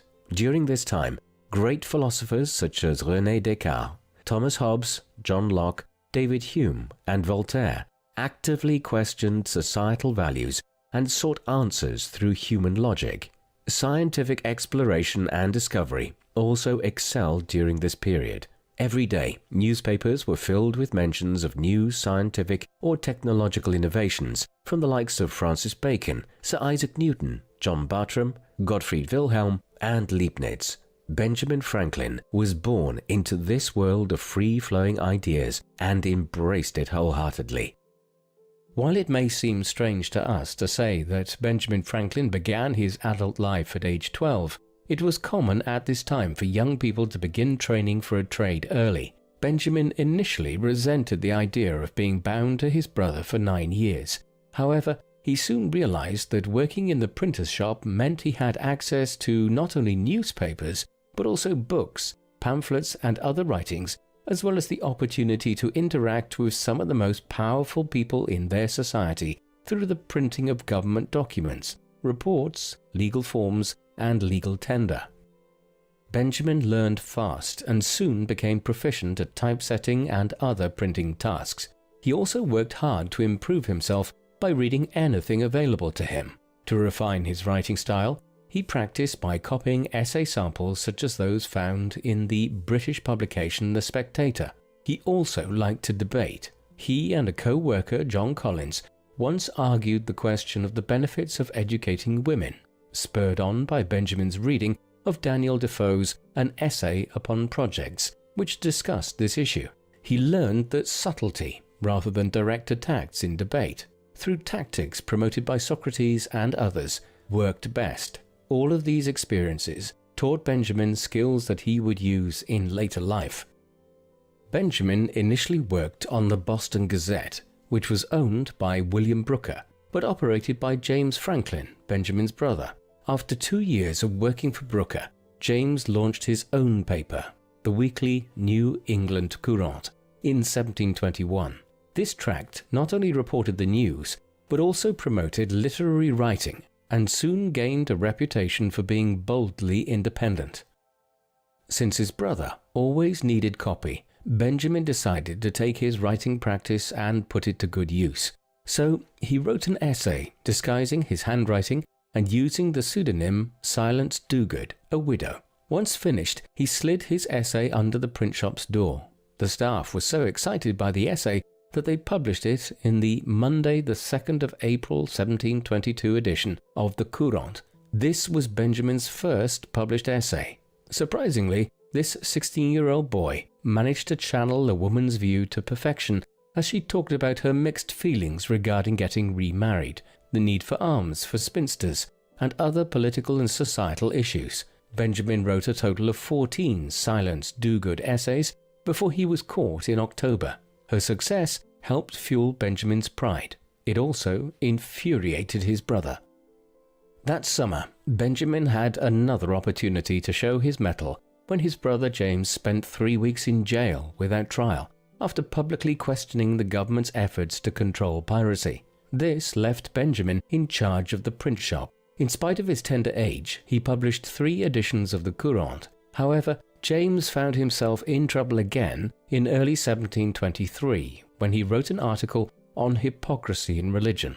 Although Silence Dogood managed to get away with writing on a similar topic with her prudish, almost naive voice, James' direct tone offended government and religious officials. The General Court ordered James Franklin to cease publishing the Courant. To get around this little problem, they removed James' name on the masthead as the printer and put Benjamin's in its place. If their relationship had been fraught before this, with James' nasty temper and periodic beatings of Benjamin, it became even more so after Benjamin demonstrated just how talented he was. It did not help that to make this masthead change to their paper, they had to release Benjamin from his indenture agreement early, only to turn around later to create a new one. Benjamin chafed at this. With only a few years left in his indenture, he decided to run away. He sold most of his personal books to raise money for travel fare, and secretly booked passage on a ship to New York, which sailed on the 25th of September 1723. Once in New York, Benjamin met the sole printer in the city, William Bradford, who had written editorials that supported James Franklin's efforts to address political and social problems in Boston.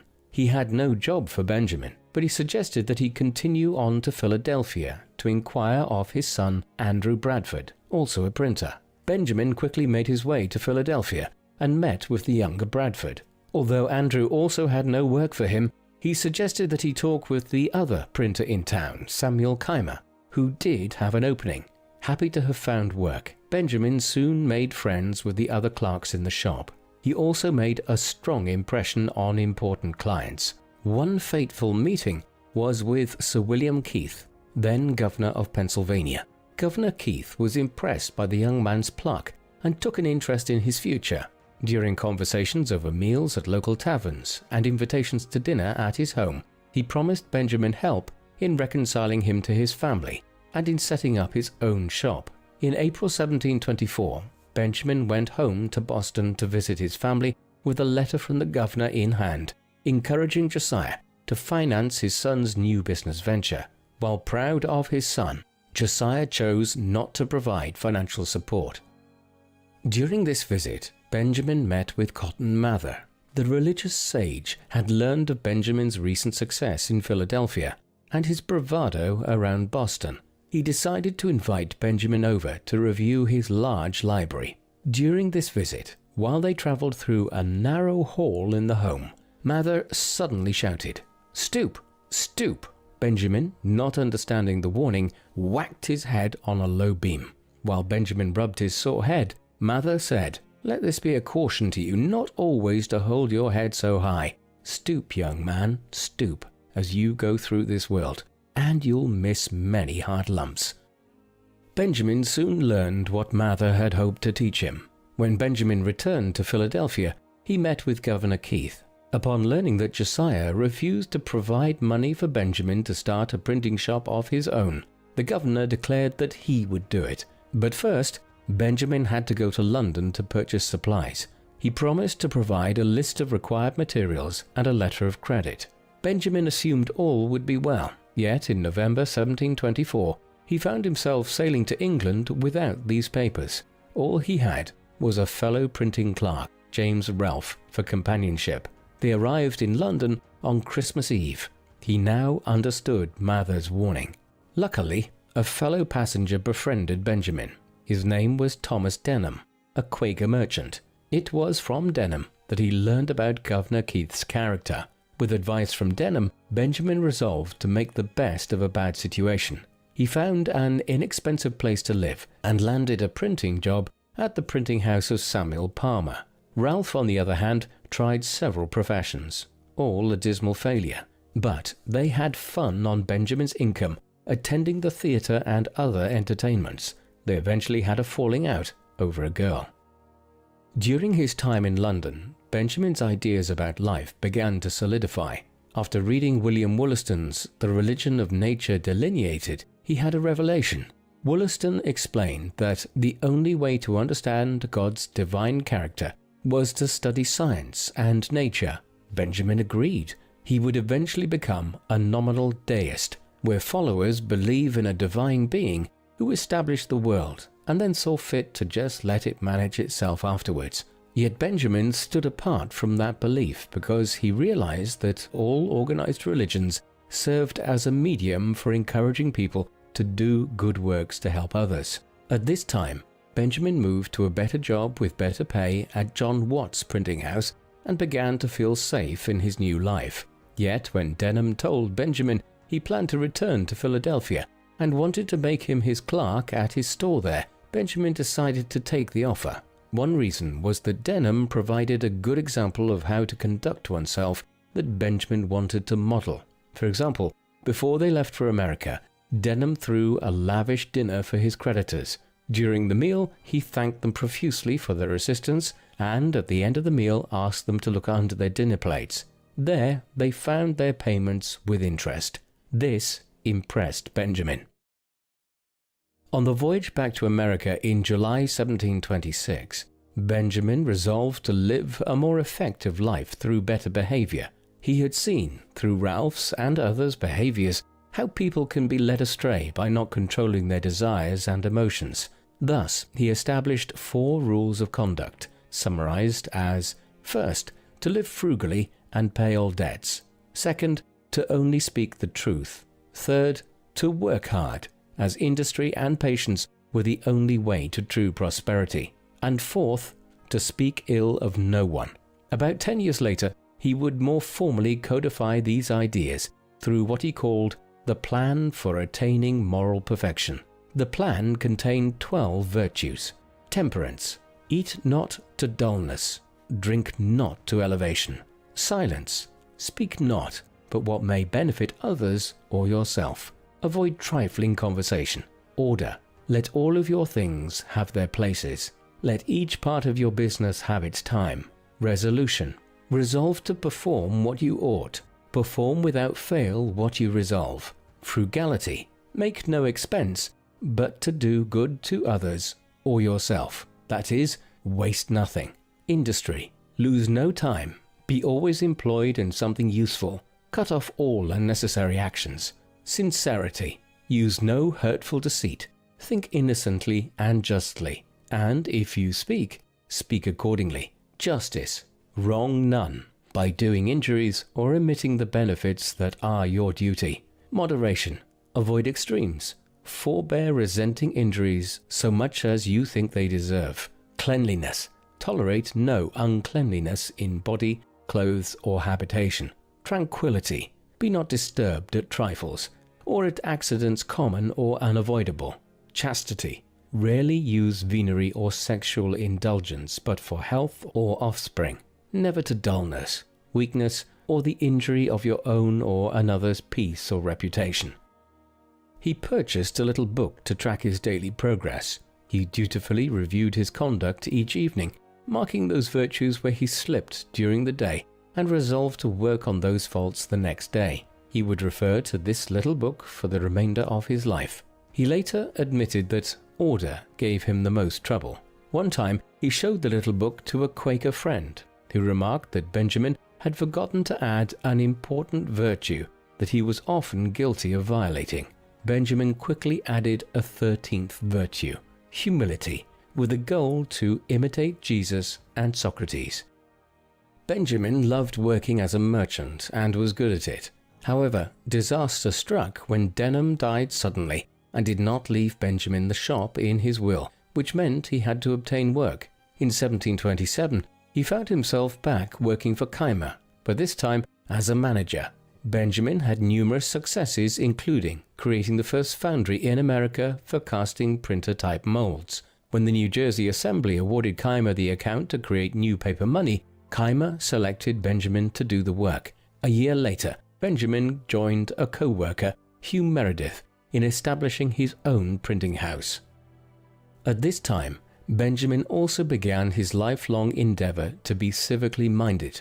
His first effort was to create what he called the Leather Apron Club, but most called it the Junto. This group consisted of fellow tradesmen who wanted to improve themselves through reading and intellectual conversation on matters of the day. Being fond of creating procedures, Benjamin wrote a list of 20 questions to serve as the foundation of their conversations, such as, "Have you lately observed any encroachments on the just liberties of the people?" Or, "Have you lately heard of any citizens thriving well? And by what means?" These conversations became the inspiration for public service ideas that led to the founding of the first subscription library in America, known as the Library Company of Philadelphia, in 1731, which still exists today. The development of a volunteer fire force, the Union Fire Company, 1736, and the creation of the Academy of Philadelphia, 1751, renamed the University of Pennsylvania in 1791. These were only a handful of their many civic pursuits.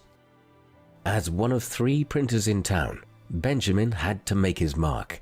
He used his talents by writing under the pseudonyms Martha Careful and Celia Shortface, and wrote his busybody essays. After a year of stiff competition, Keimer finally folded. Benjamin bought him out and became the owner and publisher of the Pennsylvania Gazette in October 1729. Benjamin continued to write essays. One of his most famous was the Apology for Printers, published in 1731, in which he expressed a clear defense of free speech in the press. It was obvious he had learned some important lessons from his brother James's experiences. To this day, it is considered one of the most important arguments in support of freedom of the press. This essay got the attention of the Pennsylvania Assembly, which brought more business his way. He was soon asked to join the Freemasons as well, which he did in 1731. Officially successful, Benjamin renewed the friendship he had with Deborah Reed before he had sailed for England. She had married in the interim to a rogue, John Rogers, who abandoned her, leaving a trail of debt behind him. Because they did not know if Rogers was still alive, they resolved the situation by pursuing a common law marriage, which they consummated in September 1730. It proved to be a fruitful and positive marriage for both. Benjamin called her his good and faithful helpmate.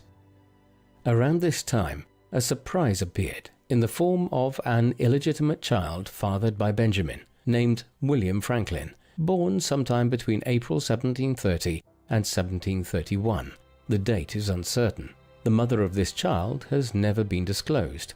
Benjamin took responsibility for the child, and Deborah accepted serving as the baby's surrogate mother. Although some think she may have been his mother, we will never know for sure. Deborah did give Benjamin 2 children of their own.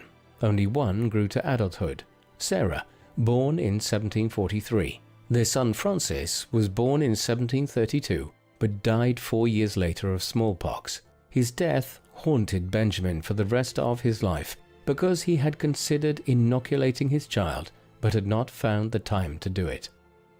Benjamin also continued to contemplate the meaning of life. Through deism and his life experiences, he concluded that there was a clear connection between serving his fellow man and honoring God. He manifested this idea through actions that filled a community need, such as those mentioned earlier in the civic pursuits achieved by Benjamin and the Junto. He also saw no contradiction with this belief while building his media empire. His first step in this effort was to publish an annual almanac, which was a popular way to provide information about seasonal weather predictions for the coming year and advice on topics ranging from marriage and wealth to friendship. If done right, it could serve the public good by providing useful advice that could make life more pleasant and productive for everyone. He wrote it under the pseudonym of Richard Saunders. The first edition of Poor Richard's Almanac was published in 1732 and ran for another 25 years. Through this medium, he wrote some of his most famous maxims, such as "Early to bed, early to rise, makes a man healthy, wealthy, and wise. God helps them who help themselves, and he that lies down with dogs shall rise up with fleas." It proved to be incredibly profitable. His increase in wealth and prominence helped him acquire 2 key government posts that pulled him even deeper into governmental affairs. In 1736, the Pennsylvania Assembly chose Benjamin to serve as its clerk. It not only provided a healthy monetary income, but also put him in contact with the leaders of the day and provided him with a front-row seat to the workings of government. The next year, Benjamin was offered the commission to be Philadelphia's postmaster. Again, a lucrative governmental position that served the public good. Always one to enjoy good conversation with an open flow of ideas, Benjamin made a proposal to create what could be considered an intercolonial junto. In May 1743, he published a circular entitled "A Proposal for Promoting Useful Knowledge Among the British Plantations in America." He explained the concept in detail, emphasizing that because he served as both postmaster and printer, he could function as the collector of ideas. Basically, scientists and intellectuals could send their reports to him through the post, and he could create a booklet of abstracts of these ideas that could be sent out regularly to all members. That way, the great minds of America could share their ideas amongst one another. He suggested a name for this new group, the American Philosophical Society. It began meeting in the spring of 1744, but was slow to start. However, eventually it became very active and continues publication today. Ever since the British and French first settled the North American continent, they had vied for the support of Native Americans.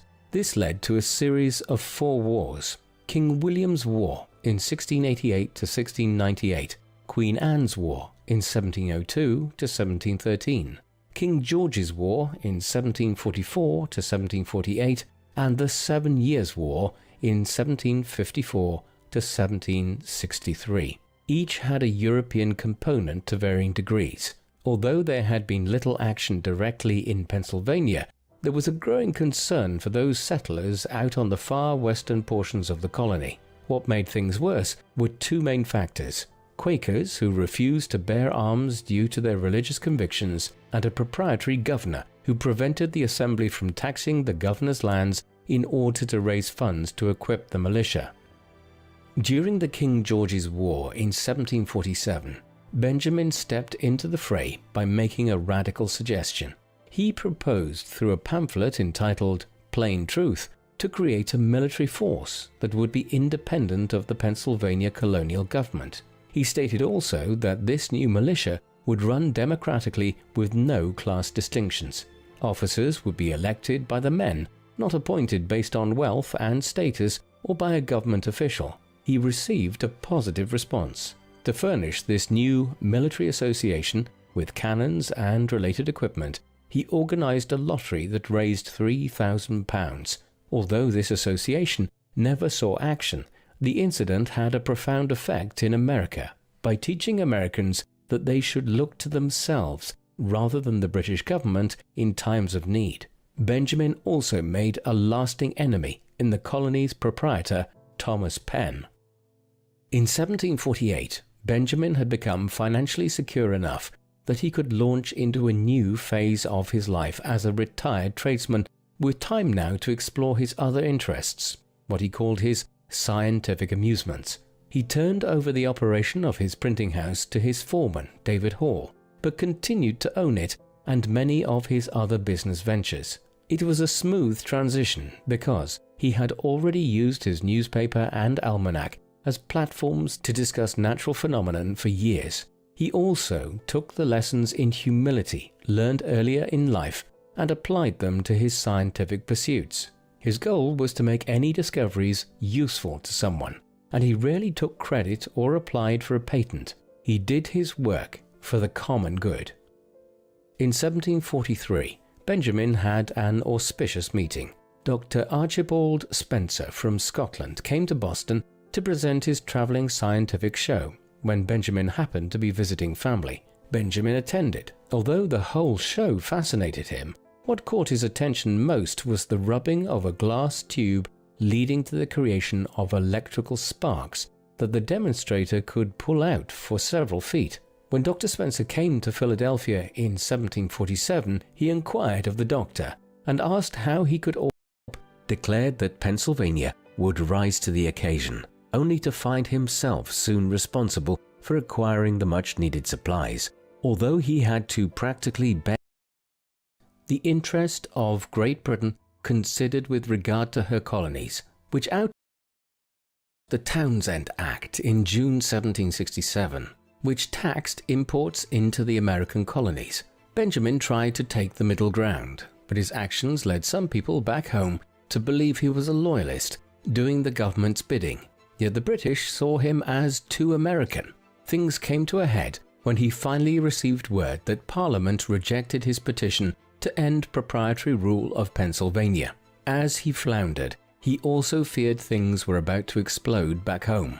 It did on the 5th of March 1770, when a little skirmish in Boston changed everything. Today, we call it the Boston Massacre. Although this led to the repeal of the Townshend duties on everything but tea, tensions remained high. In 1773, Benjamin wrote several satirical pieces in an attempt to diffuse tensions. The essay, Rules by Which a Great Empire May Be Reduced to a Small One, tried to explain the American perspective to the British people. Whenever the injured come to the capital with complaints, he wrote, they punish such suitors with long delay, enormous expense, and a final judgment in favor of the oppressor. In another more famous piece, An Edict by the King of Prussia. 哇 ，hello 啊，瞓着咗，哎呀，同埋開始錯咗啊！本來咧我諗住係中間度開始啊，係中間嗰度開始。咁我夾咗條 link 喺個 description 度啊！如果大家有興趣咧，因為 Benjamin Franklin 嗰個成個人生咧都係傳奇人物嚟嘅。咁佢之後咧點樣建立美國啊嗰啲，本來係 Boston Tea Party 嗰邊嗰陣時咧開始嘅，咁結果咧就撳錯掣啊，跟住冇留意喎，瞓着咗。唉，咁啊我仲有整第啲圖啊，再整第啲 backend 嗰啲嘢，所以就耽誤咗。即係變咗好似無啦楞咯，到大家可能會聽唔明啦。咁啊，用埋差唔多啦。咁大家如果有興趣咧，就喺自己喺 description 度再睇啦。咁好多謝大家今日嘅留言同埋subscribe。希望聽日咧或者就聽日唔知做唔做到啊。聽日團契完咗，聽日再睇下。如果可以咧，就繼續將一啲更新嘅資訊咧同大家分享。多謝大家。